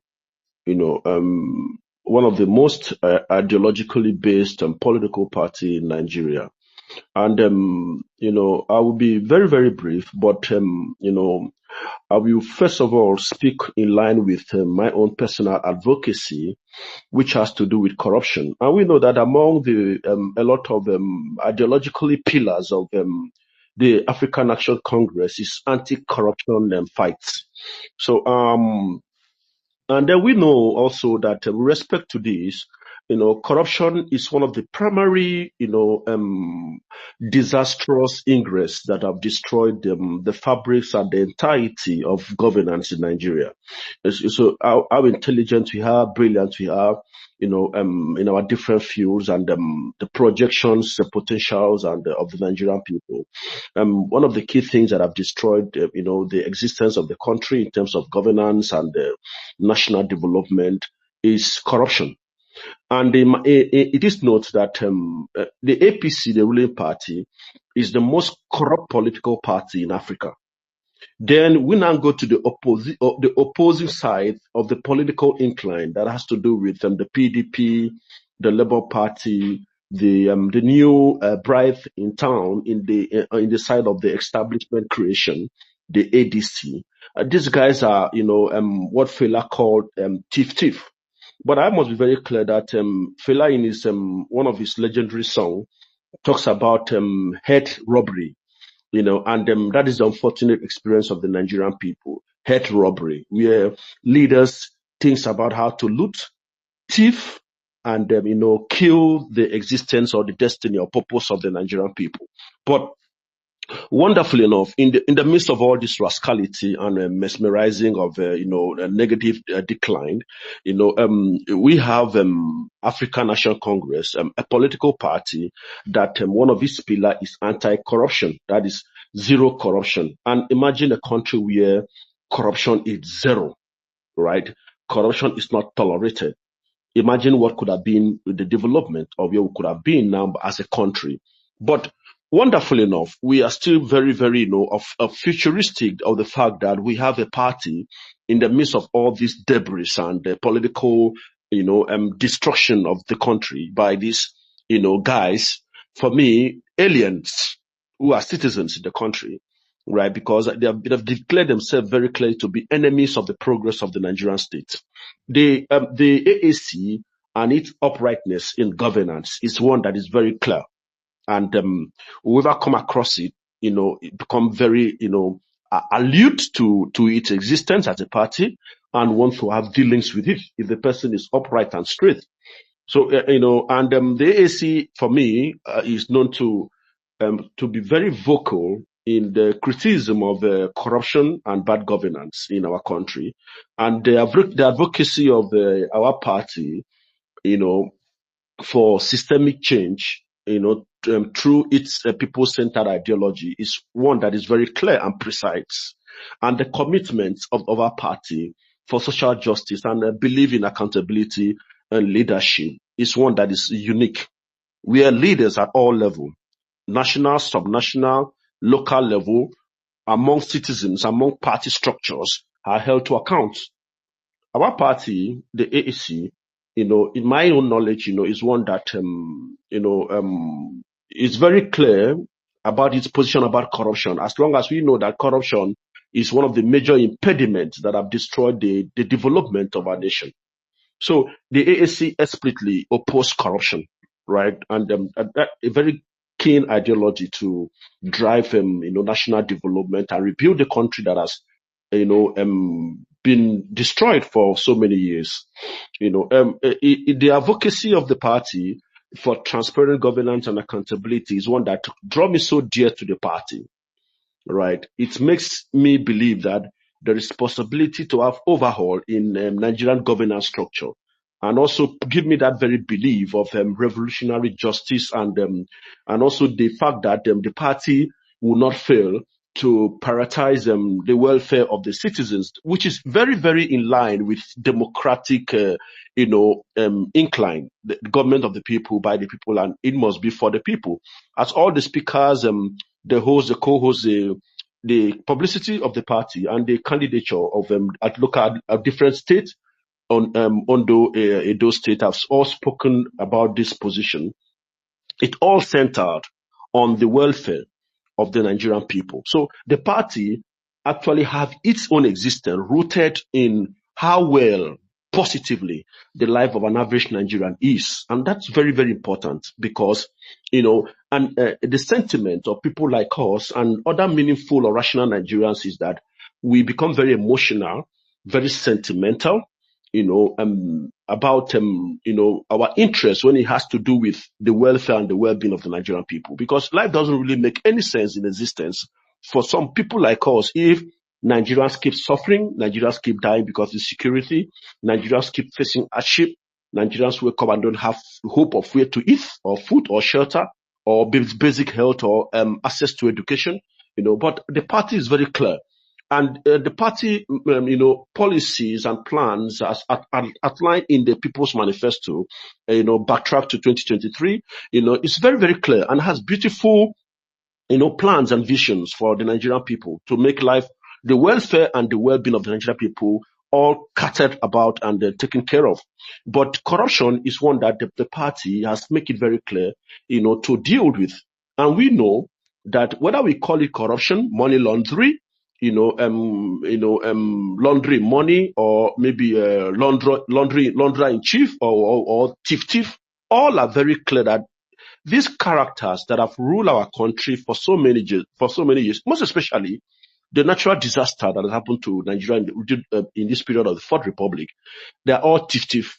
And Nigerians need to put measures, to discipline people that have looted or stolen our resources, deprive the existence of the citizens, to have access to what is, naturally,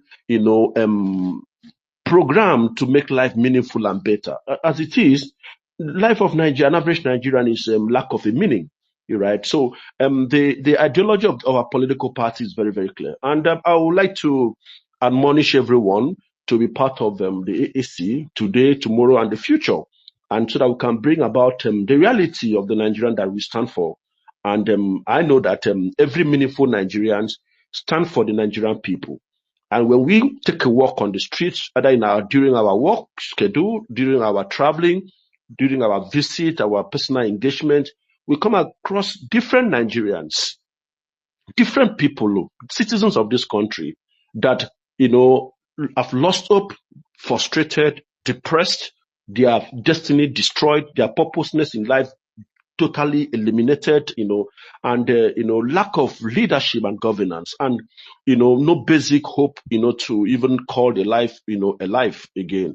In terms of existing, Nigerian people struggle to exist because of insecurity and is also connected to the corruption in all sectors and institutions of the country. In fact, the ability to even be there to even bring your leader to power and ensure your leader bring in the needed dividends of democracy. It's not there because the institution like INEC is grossly corrupt. In fact, one of the most corrupt electoral institutions in Africa also, just as we have the incompetent and historically failed APC, government and APC party, which have destroyed the country. But I just advise that all of us put our hands on deck and bring our party to a position that it will be able to begin to dish out this beautiful ideology and policies to better the life of Nigerian people. Thank you very much.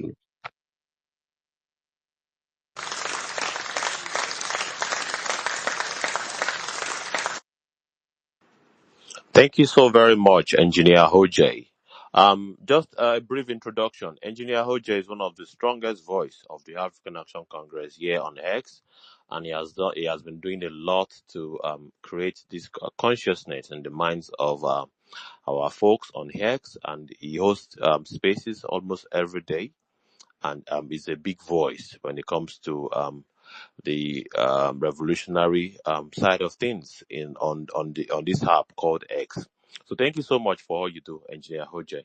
And it's time to move to the next speaker. And I don't know the queue.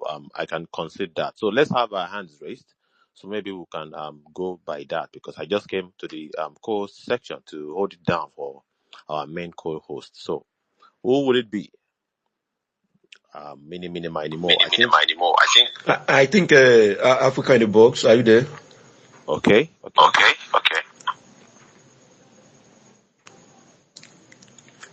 Africa in a box. Okay, seems he's not here. Then if Africa in the box is not here, then I would have Ahmed Abdulkarim. You have the mic.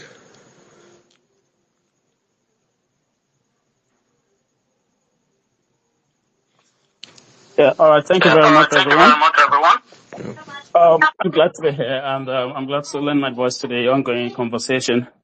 Definitely, there is a need for an alternative, a youth-led group that would take Nigeria to where we know it belongs, and away from all the drama that's happening here, all the old politicians regrouping every now and then to under the umbrella of what they usually call coalition.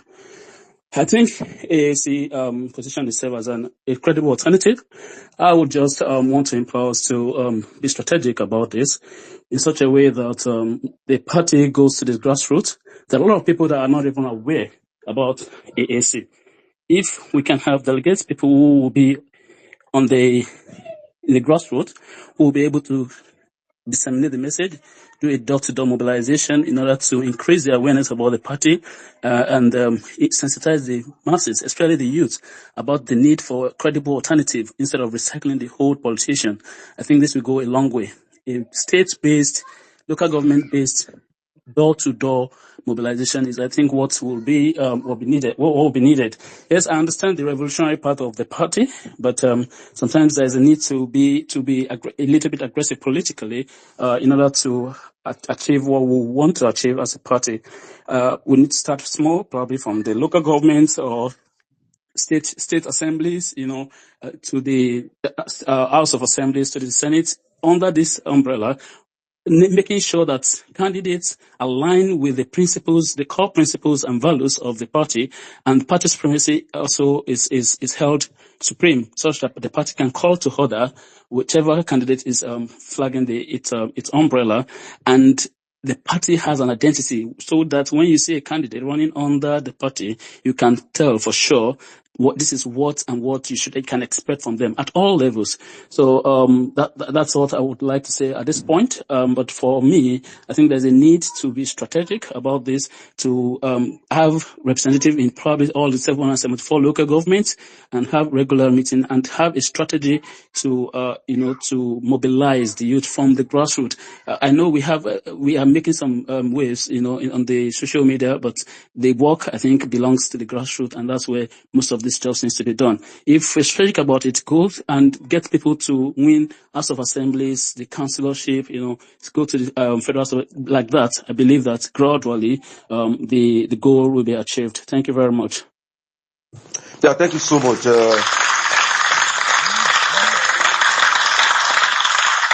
Thank you so much. Speaking about grassroots, I would want to announce here today that we have candidates in the coming local government election in Lagos State. We have candidates in Ogun-Shoki. We have candidates in Owogo. I want to urge all of us who are in Lagos to kindly support the AAC party. Vote for the AAC party in the coming local government elections in Lagos State. In fact, we have some of our candidates on this place. We have Mr. Goya here. We have a lot of them listening to us right now. Let us give to our candidate all the support we can give. That's the first thing. And secondly, let me also announce here that to some of our comrades in Abuja, there will be an hangout. And the chairman of the AC party, Komudali Showore, tomorrow Sunday by 3 p.m. If you're in Abuja, just find your way to Zabi Culture, that's the Sabi City Park, by 3 p.m. We'll be meeting a lot of comrades. There will be a lot of events, lively conversation with Showore himself. There will be music, vibes. There's also opportunity for you to connect with comrades, meet a lot of comrades, and also you can to relax yourself from the stress of the Tinubu's government. If you are in Abuja, you can find your way by 3 p.m. tomorrow. And also to announce here that we will be rounding up the space by 9 p.m. I think those are the announcements I want to make. But before I yield the mic to Mr. Fresh, let me also use this opportunity to tell us that, we started this discussion today with the topic of socialism and capitalism. picking about socialism, we, as a party, we have taken it up upon ourselves, and that's why picking up our party ticket is what it is, the simplest thing to do, because these things are cheap, they are very, very affordable.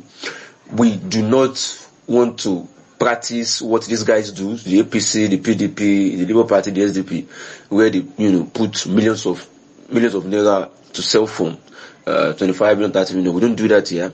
What we do as a party is just so that anybody, whoever you might be, civil servant, a butcher, a bus conductor, a driver, a motorcycle, so far you have the intellect and you understand the party ideology. What we are doing is to create a platform where anybody who have the sense, who have, who is intelligent, to be able to contest without having to break the back. I want all of us to please register as a bona fide party. Just go to www.aacparty.org. Once you register, you will have a membership card. Automatically, once you register, submit your registration form, you'll be issued a registration card, which you can print, or you can also leave it in a soft copy form. Let us also endeavor to follow the official handle of the party, and that's the host, the African Action Congress. Let us follow massively. Thank you so much. Mr. Fresh, go ahead. I think I would want to pass the mic now to Swaz, please, because he's raising up his hands. All right, I wanted to make an announcement regarding the party lando, the host, for us to all follow, but that has been said. But I also want to say we should all endeavor to follow each other as comrades, so we can keep the fire burning, because one of the major challenges we face is that it's easy to become frustrated when you get mixed up in everyday life. When you go to work, you go to church, right? If you're a student, you attend classes. It seems as if you are the only one who's out of that bubble, right? So coming on spaces, following each other and hearing the message repeatedly is a way for us to water the seed that we've planted in our minds, the seed of liberation. So that aside, I would want to call on Comrade Royal, because I think the previous speaker before the co-host said we need grassroots, right? Campaigns and organizing, right? Which is very, very true. And we're doing that in Lagos.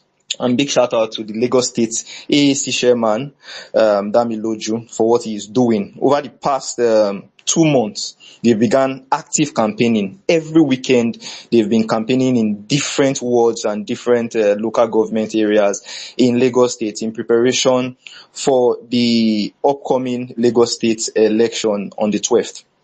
And we have 10 solid super candidates who, of course, are ideologically grounded. And one of them is Comrade Royal. Comrade Royal, if you can grab the mic, just speak to us for a few minutes. We'll really appreciate it. We're aware that some of our comrades, contestants or candidates also, have been campaigning this evening, just before we started the space. So on the Jumbotron, there's a video of some of the campaigns, and also with regards to the Abuja hangout, there is a video, a flyer on the Jumbotron we can look to for our comrades in Abuja. Thank you very much.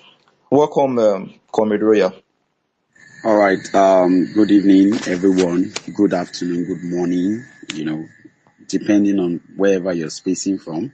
I like to appreciate the host. Okay, so this is the space hosted by African Action Congress itself. Yeah. Musdi, I'm so sorry. Mr. Fresh, Angel, Dr. Swaz, everybody, comedy on me. In fact, if I start counting, African in the box, African, all of you. Thank you very much for giving us this opportunity. Engineer, Light, night. In fact, let me just, I appreciate every one of you. You're doing a great job. I can tell you your impact to the growth of AAC is, unquantifiable. We can't actually quantify it. Thank you for your steadfastness. This thing takes a whole lot of commitment and dedication despite your time. In fact, the turn you guys are taking of recent is really alarming. You don't sleep any longer. Every night is with you. So thank you very much. Yeah. So I'll go straight to, yes, I heard someone saying that grassroots. Yeah. Yeah, good evening. And that is, something we must take to heart. And I can tell you we are doing it now. So by the grace of God, I am one of the, candidates contesting here in Lagos. And I can tell you AAC is the headache of APC as we speak. Our our our challenge now, everybody's challenge is APC, in the whole country. So, and I can tell you the life wire of Nigerians against that party APC is AAC, and I can tell you for a fact that people are beginning to see the light from it. And I would always use my place as as a case study. Even they themselves are tired of themselves, of their leaders. That's the truth. Till this evening, like I told you, one of their chairmen, himself and the wife, they were driving past me and they were like, "Don't worry, I know nights I'm sorry." I'm sorry, these are one of the things nights don't like. But okay, let me just put it, this way, that so many of them are reaching out to me personally. Like, don't worry, we know what we want. And this is to tell you, what we have been doing over the years are speaking now, because we have always stood in for the people. And like me, I used to tell people that if the only thing we would get from a president is that he fights to make sure you are okay, I'm telling you, then Nigeria would have been a beautiful place to live today. If all our president can do, our presidential candidate, like whoever we elect, if what the person can do is to fight to make sure that we are okay, just like Showore is doing, oh my God, I'm telling you, Nigeria will be a nation to contend with, And speaking to the topic, which is introduction to AAC ideology, I believe that Nigerians they are getting the message as it goes, because everything we spoke about, due to the noise that was out there in the last election, there were too many confusion left and right. But thank God that everything we stood against is what the people are suffering from now. Like the fuel subsidy, despite all the economists, they brought to push the subsidy, whatever. Everybody is suffering for it. We spoke about so many things. So we proposed so many things, which is what we stand on. That, okay, let's bring in welfareism. Let's bring in socialism, where you what belongs to you. It's just like a father who has properties, and the children are the ones in charge of that property. Do you understand? They won't be at the mercy of a caretaker. So what we have in Nigeria, I'm just trying to bring it down to a layman's understanding. When we talk about capitalism and socialism and all these things, all this capitalism, they will put it in the hands of somebody. You, who is a bona fide owner of that thing, will be needing the consent of a third party to access what belongs to you. It's just as simple as that. And what we are saying is that this thing belongs to us.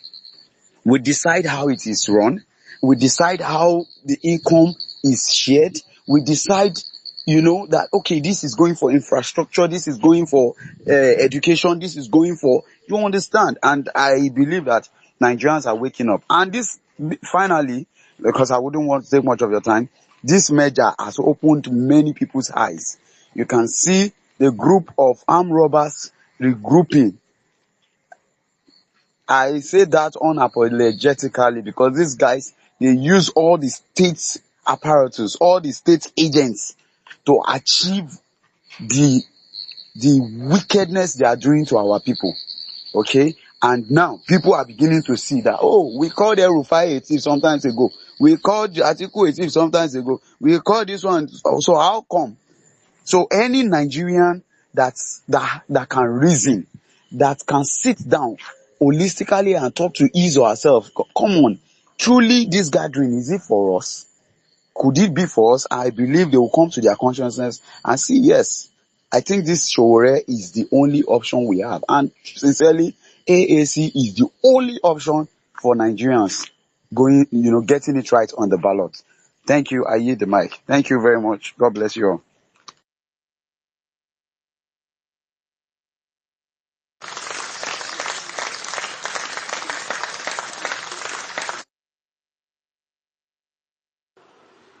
Thank you so very much, Comrade Royal. Um, we want to say well done. It's not easy to actually hold campaigns, running campaigns here and there, sharing flyers, putting up banners. It's not easy. Running against the establishment politicians in the community is no joke. So we commend your efforts. We commend your all the resources that have been put in place, all the engagements. So we are so proud of you, sir. Thank you so much. So let's move the mic very quickly to new speakers. I think we have Sorry, co-host. okay. Sorry, All right. sorry. Please, All before right. we move the mic, right? I just want to say on the Jumbotron, there are evidence of campaign and activities going on. I just uploaded it. Attached is the Lagos State AAC account, right? Which is a common account or a joint account that will service the campaign or support the campaign of every candidate, the 10 super candidates that we have. So please, no matter how little, right, just show your support financially to the campaign using that account. It will go a long way. It's not too late. Even if the election is in a week's time, right, it will go into paying for or taking care of the welfare of polling unit agents, because that is very, very important. So let's all support. Thank you very much.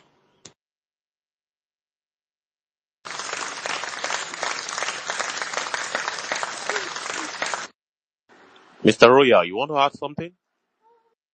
No, he has mentioned it actually that, currently we are, okay, so we are, we are thinking of how we are going to take care of our party agents, even though we know we are not going to be doing it like other party does, they are our comrades, but we should take care of their welfare and all those things. Yeah. So, but you mentioned it. Thank you. All right. Thank you so very much. So there you have it, dear comrades, dear fighters. It's time to actually put resources together to advance our cause. And this grassroots election, it's very important. We can defeat the establishment if we actually put up all of the effort needed. It's just a matter of, pressing, hard enough. All right. And our people need to actually be aware that we are actually running, and the funds, the resources will help to press home that agenda. Thank you so much. So let's move the mic, shall we? Um, yeah, Comrade Delay me. The mic is coming to you now. Are you there? AAC, take it back. Take Take it back back. action.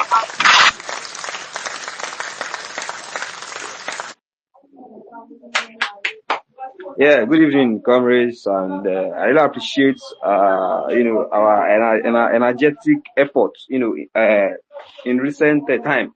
But I will be very brief, and what I want to emphasize on is, for now, we need that publicity.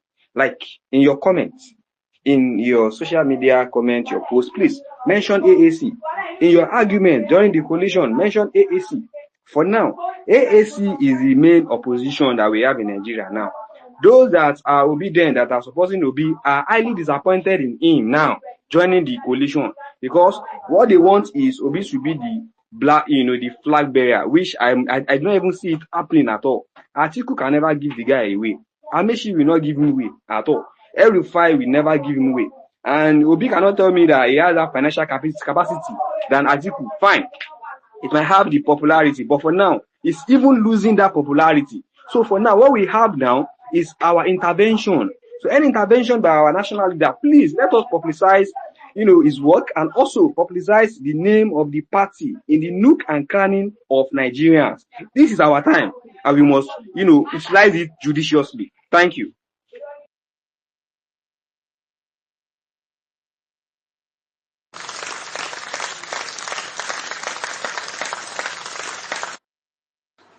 Comrade Mozambique. We have about 15 minutes left.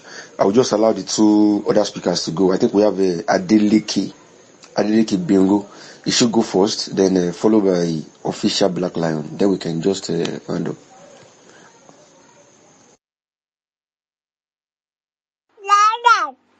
Adeleke Gbenro, are you there?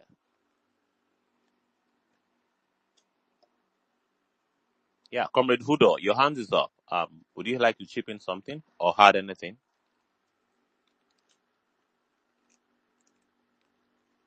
Yeah, thank you so much, comrades. Good evening once again. I just want to add to the ongoing discourse. Briefly, I want to say, considering what is going on now, there's a conversation about constitutional reform, and in as much as I totally understand I know what we stand for as far as what is going on in Nigeria today is concerned. I want to suggest if we can take this as a very serious matter, because all what we are saying right now, whether we like it or not, if we don't have a proper constitution, which we also said, which is also in our manifesto, the People's Manifesto, the AAC People's Manifesto for Total Liberation. One of I think I don't know if it's the third or the fourth, it talked about constitutional reform. Why we must change the present constitution that we have, because you can't build something on nothing. Nigeria was built in Nigeria in itself as a nation in 1914 during the amalgamation was built on a faulty foundation. However, in a bid to still correct the mistakes of the past or to worsen the mistakes of the past, we left from the First Republic, where Nigeria had its golden age or the best time ever as a nation between 1958 and 66. We went down. We continue to go down and down until where we are today. The problem is that our constitution, which we have, was never a people's constitution. It never worked and it will never work. Thus, to worsen that problem we had as a then, the military leaders in 1998-99, whilst trying to bring back this republic, they now enforced the Decree 24 as a constitution. And that Decree 24 actually protects some of these elites who were military leaders who now moved or crossed to become civilians and still took hold of power. So the democracy we think we have today is a false democracy. It's really not working. Just if you look at Nigeria's, what's it called? The only two people who, in the history of this republic, were not those have military background is just Goodluck Jonathan and this current Tinubu. So all of this come from the problems that this constitution has created, and thus the need for a serious conversation about constitutional reform. Let's tell our people, let's tell the general public. I'm even surprised that those who are running up and down forming coalition, they don't see this as an issue. The constitution is so flawed that there is no leader who is in power or who is a president who cannot expound on the technicalities of the constitution to rig election. If you like, go and bring Jesus Christ and contest or let Jesus Christ win that election. If they want to rig it, they'll rig it. And there are technicalities to cover up for what it is. They are coupled with the fact that they have power. And the constitution gives supreme right to a president to appoint INEC chairman, to appoint this. How can you tell me to appoint my son? How you give me right to oversee, rule my house, to appoint my son as INEC and anything I want, and then you expect that person to work against me? It will never work. That's a huge problem with the constitution. It's not a people's constitution. The constitution does not speak for any tribe, Yoruba, Igbo, Hausa. The people that make up the 250 plus ethnic groups of Nigeria never assented to what we call a constitution today. Thus, the elites will continue to use it against us. So the fact that we have an opportunity to quickly look into this, but let's quickly make it a serious discussion. Let's put it out there. Let's talk to people. I think it's a matter that we need to take very seriously, more than anything else. And if you watch what is going on, the Northerners who never want the country to move forward, I'm sorry to say that if we have Northerners here, but it's the reality, who never want the country to move forward, who want the country to remain the way it is, have always fought every single policy or everything that will make us or make us as a country to really work. They were behind the issues of the 1966 Civil War. After the West and the East were doing very well. In fact, the East was the most developed region from history.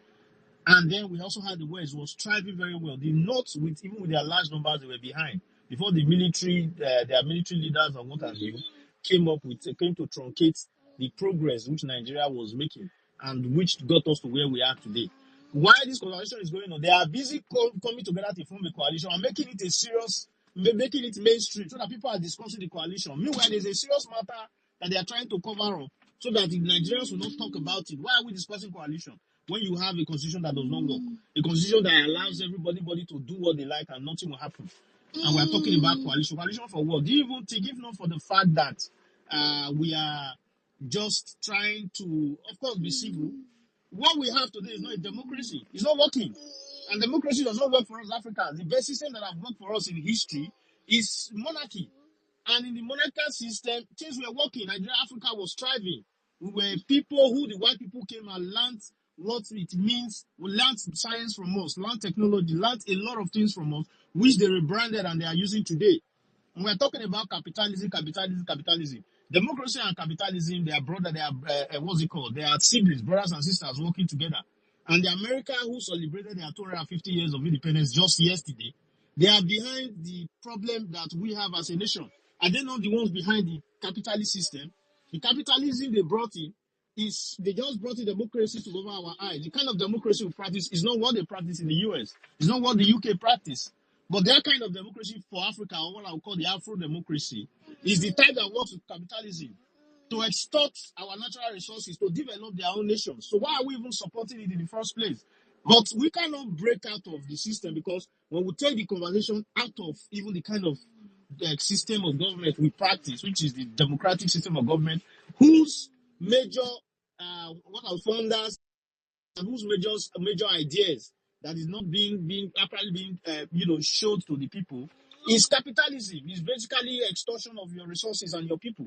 That's basically what it is. That's why the people who fund it from the history of the democracy till date, and the Rockefellers, the Rothschilds, and all of them, they are the owners of the banks, the telecom, whatever it is you have today till the next year. They are the ones funding the wars, the Israeli and Hamas and whatever wars you are seeing, the attack on Iran. They are the ones behind it. There's nothing cynical. Those who know. It is the capitalists. They are the ones still putting eyes on Africa and how they can ensure that Africans don't choose the best leaders. They are the ones doing everything humanly possible to make sure that if they see a leader going that they think this person is different, they will do everything to truncate it. What happened at the end SARS? That was supposed to be a revolution that would have, God took us to another this entirely. They truncated it. And what we have today, the end SARS was hijacked. And the crowds, the population, everybody, the narrative was moved under Peter Obi to form what they call an obedience. The same Peter Obi is running up and down, kissing the ass of Atiku. The same people, Atiku, who has been extorting Nigeria's gold, and this thing from Zamfara, and moving it to Gosook in Dubai. They own them. I don't want to go into that anyway. But what my point that I'm making is that let's not go too far, because if we start attacking the democracy itself, at some point we are now fighting even the USA and the Anglo-American empire, the US and Britain, who are the ones behind this. So this is a system we have been given. We know it's not going to work, but the basics we can do to even move forward is what we should do. Some countries are now pushing for absolute monarchy. Saudi Arabia is thriving. UAE, Dubai is thriving. They are working. Monarchies what they operate on. There is nothing like an electoral system or democratic system. The kind of election, in fact, you just have a house that oversees some parts of their what's it called, their polity. But I am saying, since this is what we have been fostered, because this is what we have as a nation, the best we can do for ourselves until we get out of this quagmire is to see how we can have a constitution that even represents us in a way that can even protect, even if we want to vote tomorrow, that can even protect us, that speaks to what we as Nigerians, as people of Nigeria, actually needs, that protects us in a way to help us that our agitation is not just futile. I will continue to speak and speak and speak, and tomorrow, God forbid, we are dead, our children will continue. Same old story. We already know that democracy as a government was no. The history has it that no democracies can survive more than 200 years. At some point, it becomes anarchy, and that is why we are seeing America. They are going down the drain. 1976, they had their independence. Barely around 1914 or so, before the U.S. Bank Reserve was established, before they started using CIA to destroy other countries and capture all of the whole world as colonies, after the Berlin Conference. They already were operating a democracy, but their democracy have not got into maturity. It was in 1914 they first allowed people to start voting their fellow Americans into the Senate. So their own democracy is barely 100 years plus, and we are seeing what is going on with the likes of the Donald Trumps and what is still going to happen. So they will get there. They will get there, and the democracy, America of today, take it from me, will fall. I don't pray for them to fall, but it is a historical fact. And if you look at the analysis, they will not move forward. Even Nigeria, no matter how far or how much Nigeria does that, at some point, what we are seeing today is even going to worsen. We are going to have, because democracy works with capitalism, and whatever it is the people are agitating for, some individuals who have access to that power continue to use at some point for their own good. And before you know what's happening, the democracy will transform, will move from a democratic system. You think you have a democracy, but you have an autocratic system. I don't want to go into the history of all of that, but my point is we have been given a democracy which we all know that is not working for us. But in our own little way, we have a constitutional reform conversation going on. Let's see if this is the best we can do. Let's let the conversations, put it out there, let people talk, let's see how we can push to have our input in the constitutional reform so that represent the real agitations of the people, what the people of Nigeria really want. Until that time, we'll be conscious enough to also understand that democracy will not work for black people, for Africa, and it's not the ideal government that can lead us to where we want to go to. Until that revolution comes, let's continue to manage what we have as democracy, or the capitalist democracy, and see what we can get out of it. Thank you so much.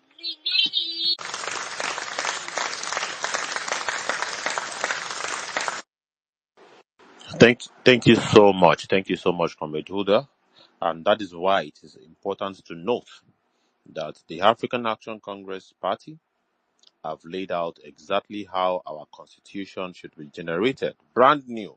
The People's Constitution that themselves have written and have come to consensus about and passed into law after a referendum. I think by and large, AAC party is the only party pushing for this particular important matter, all right? Because we have a foundational issue in this country, and constitution, our current constitution, this fraudulent constitution, as our principal would call it, is one of the foundational problems. So very, very well noted, dear comrade. Thank you so much for that.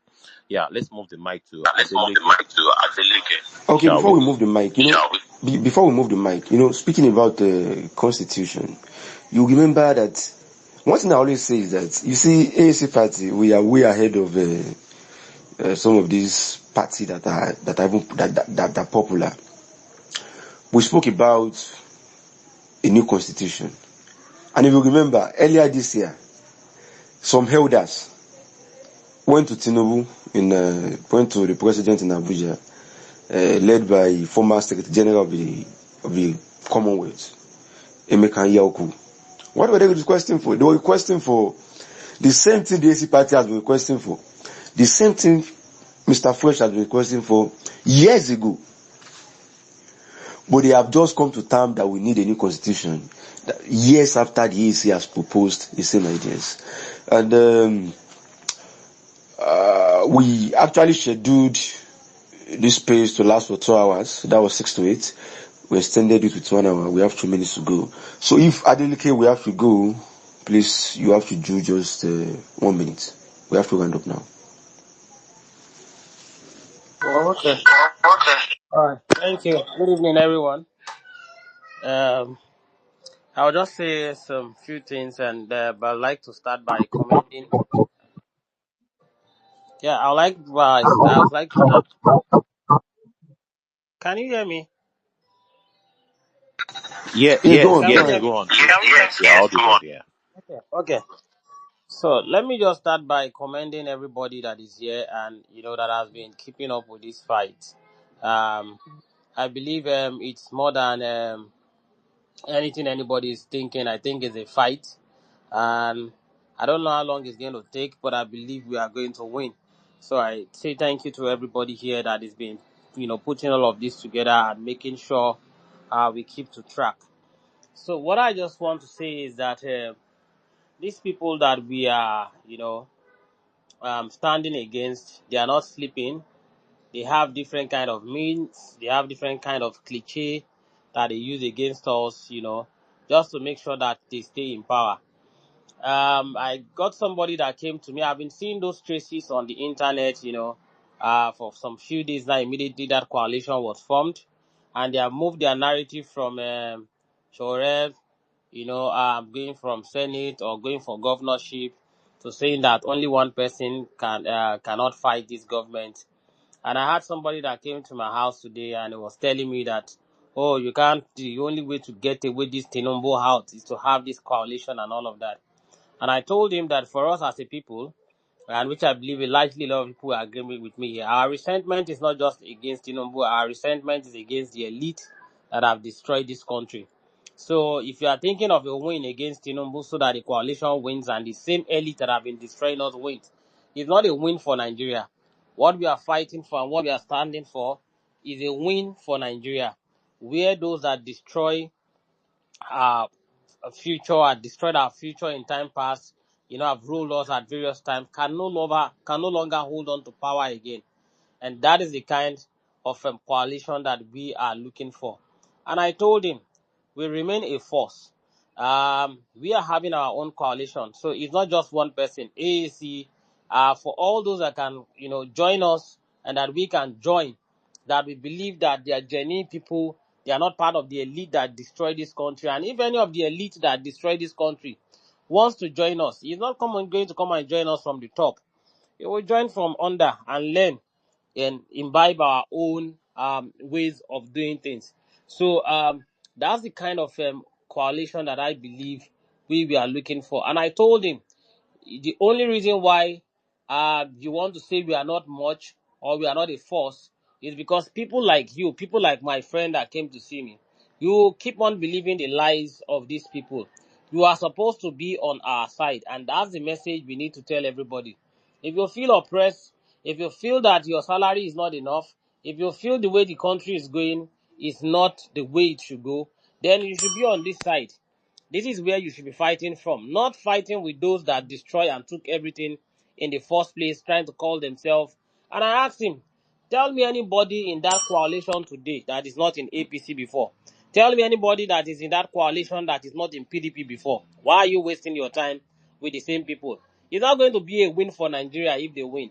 It's going to be a win for the same thieves. They just want to take it from one graduate and hand it over to another graduate.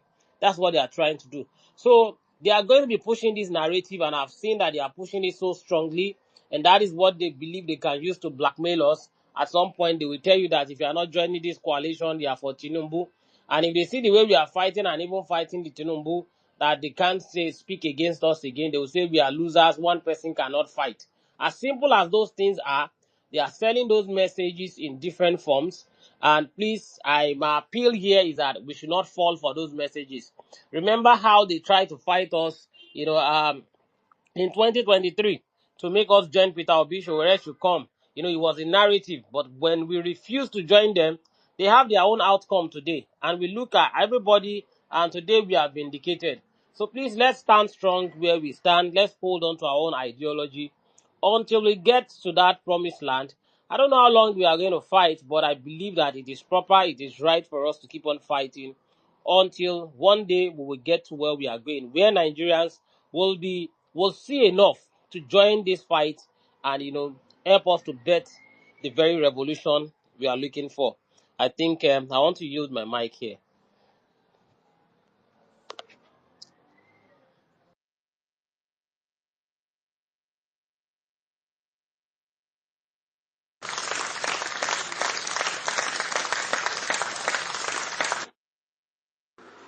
Thank you so much, dear.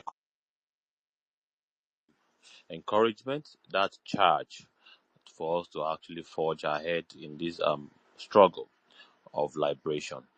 I don't know whether official Black Lion has spoken. Can we allow him to speak for some minutes? Comrade Musendik? Comrade Musendik, are you there? No, we should official Black Lion. Are you here? Yes, I'm here. Can I Please, be heard? before you do, can you do 2 minutes, please? Okay. Good evening, everybody. Good morning, good afternoon to depending on your time zone. I am popularly known as Black Lion. I hail from Obinkita. Obinkita is in Arochukwu Ancient Kingdom. Arochukwu Ancient Kingdom is in Abia State.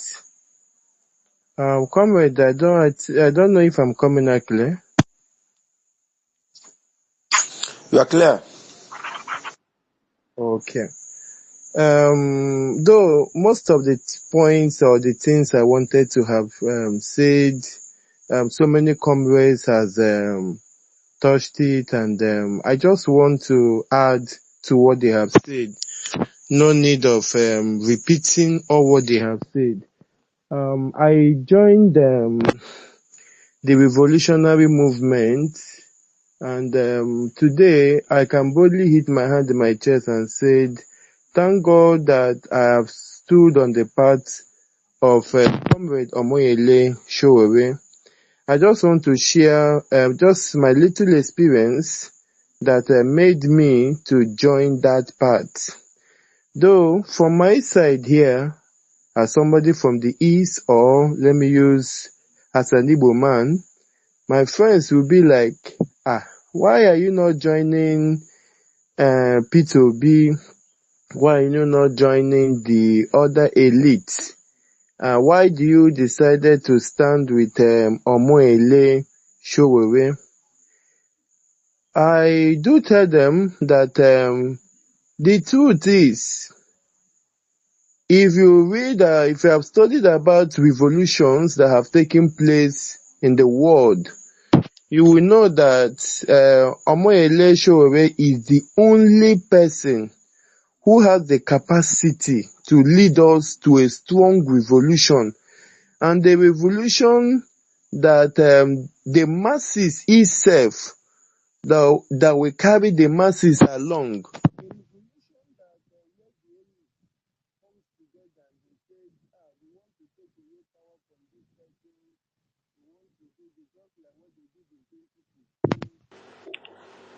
Comrade, we are losing you. Are you there?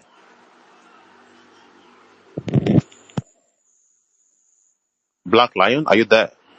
Yeah, can you hear me? Yeah, better now, yeah. Okay. That should be network from my end here, but we must continue. Like as I was saying, Omoyele Sowore is the only person that can lead us to that true revolution. We saw what happened in 2015 when Buhari and co, they came together and said, we want to take away power from Goodluck Jonathan. And whenever the elite is coming together, just like what they did again, trying to use ADC, whenever the elites are still coming together for a so-called revolution, that any masses or any group of people that is supporting that kind of revolution need an urgent brain surgery. Because all these elites are not here for the betterment of the masses. Any revolution that will not carry the Comrade, masses, you mean to say coalition, right? masses along, yeah, that coalition they claim they are forming.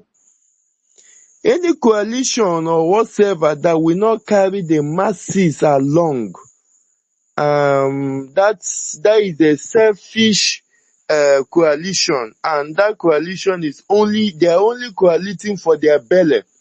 So I'm just saying this, that any masses that is supporting this need an urgent brain surgery. And looking at the likes of P2B and others who claim they are now forming that revolution, or that coalition, they were still part of the ruling class. They are still the oppressors who have been oppressing the masses in one way or the other. Look at somebody like Erofai. We know what he did to the Shite members in Abuja. All those things, we all is aware of that. And today, some group of people are celebrating that kind of coalition, or they say they want to take away power. In order to cut it short, because almost everything I had in mind to say have been touched by other speakers, I would like all of us, in one way or the other, in our little way, let us keep this fire burning, because we might not know the extent this message has gone. This message has gone far, and I'm telling you that one day the table will turn around. It will be the masses o'clock. It will be as if we are not doing anything. But I must boldly hit my hand in my chest and let us know that we are doing something. And the elite know that AAC is the only fear they have. They may not come out in the public and be saying it. I watched a video of what happened in Lagos State, where AAC was doing campaign, and people from PDP, they met the coincidence. I saw what happened, the way the masses were jubilating when they saw AAC. How many people were there with PDP? So what am I trying to say? The revolution is quite rising, and I believe it is now masses o'clock. So let us all keep the fire burning, keep on passing this message, because the message we are passing is a message of truth, a message of hope, a message of redemption, to redeem Nigeria from the state it has been, to have a nation we can proudly call our own, not a nation that is being run by the elites. So thank you. In all what we do in our little way, let's continue building structures for AAC. Let us continue evangelizing this message. And I believe that one day all our good works will speak for us. Thank you, and God bless you. In case if there's anybody who wants to join the African Action Congress in Abia State, anybody who is listening that feels to join, we have to come together. We all in Abia State, we have to come together to build structures down from the 17 local governments. So the person can give us a DM, and we'll take it off from there. Thank you very much.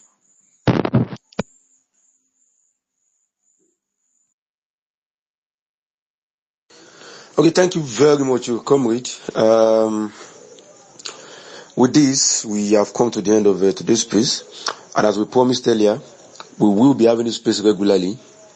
But before I go, let me remind all of us that by July 12, the Lagos State will be going for local government elections. We have candidates, we have 10 solid candidates in Wogoshoki, a lot of other places. We have a lot of candidates. We need physical support, we need polling unit agents, we need financial support too. Let us endeavor to help in whatever way we can. That's first thing I will say. Another thing I want to say to us is that I am in Ibadan for your state. I want to urge anybody here who is also in your state and who want to join the party. I don't know where to go. Not necessarily your state. If you are in Nigeria today, maybe you are not a part of our party yet. You want to join the party. You don't even know where to go. You don't know who to talk to. You can message Fresh. You can message myself. In fact, you can message the party and you will surely get responded to. Thank you so much for coming to this place today, and we wish to see you when next we call you, Mr. Fresh. Yeah, what a joy to have everybody coming together tonight to actually um, speak in one voice, all right? Speaking in one voice and to actually solidify the stand of our political party, the African Action Congress. It's important that we crush the head of injustice and inequality, oppression in our land. Now, brothers and sisters, let us resolve to be unbreakable. Each step we take shatters the chain of oppression. Together we shall rise. The spark of revolution lives in every heart here. Let's fan it into a blaze that reshapes the world for the bold and for the free. The whole world trembles at our defiance. Let's stand tall, comrades, for we are the ties that will sweep away injustice in Nigeria. So that will be my closing submission for today. Aluta continua, Victoria Asata. Thank you so much, everybody. Bye bye.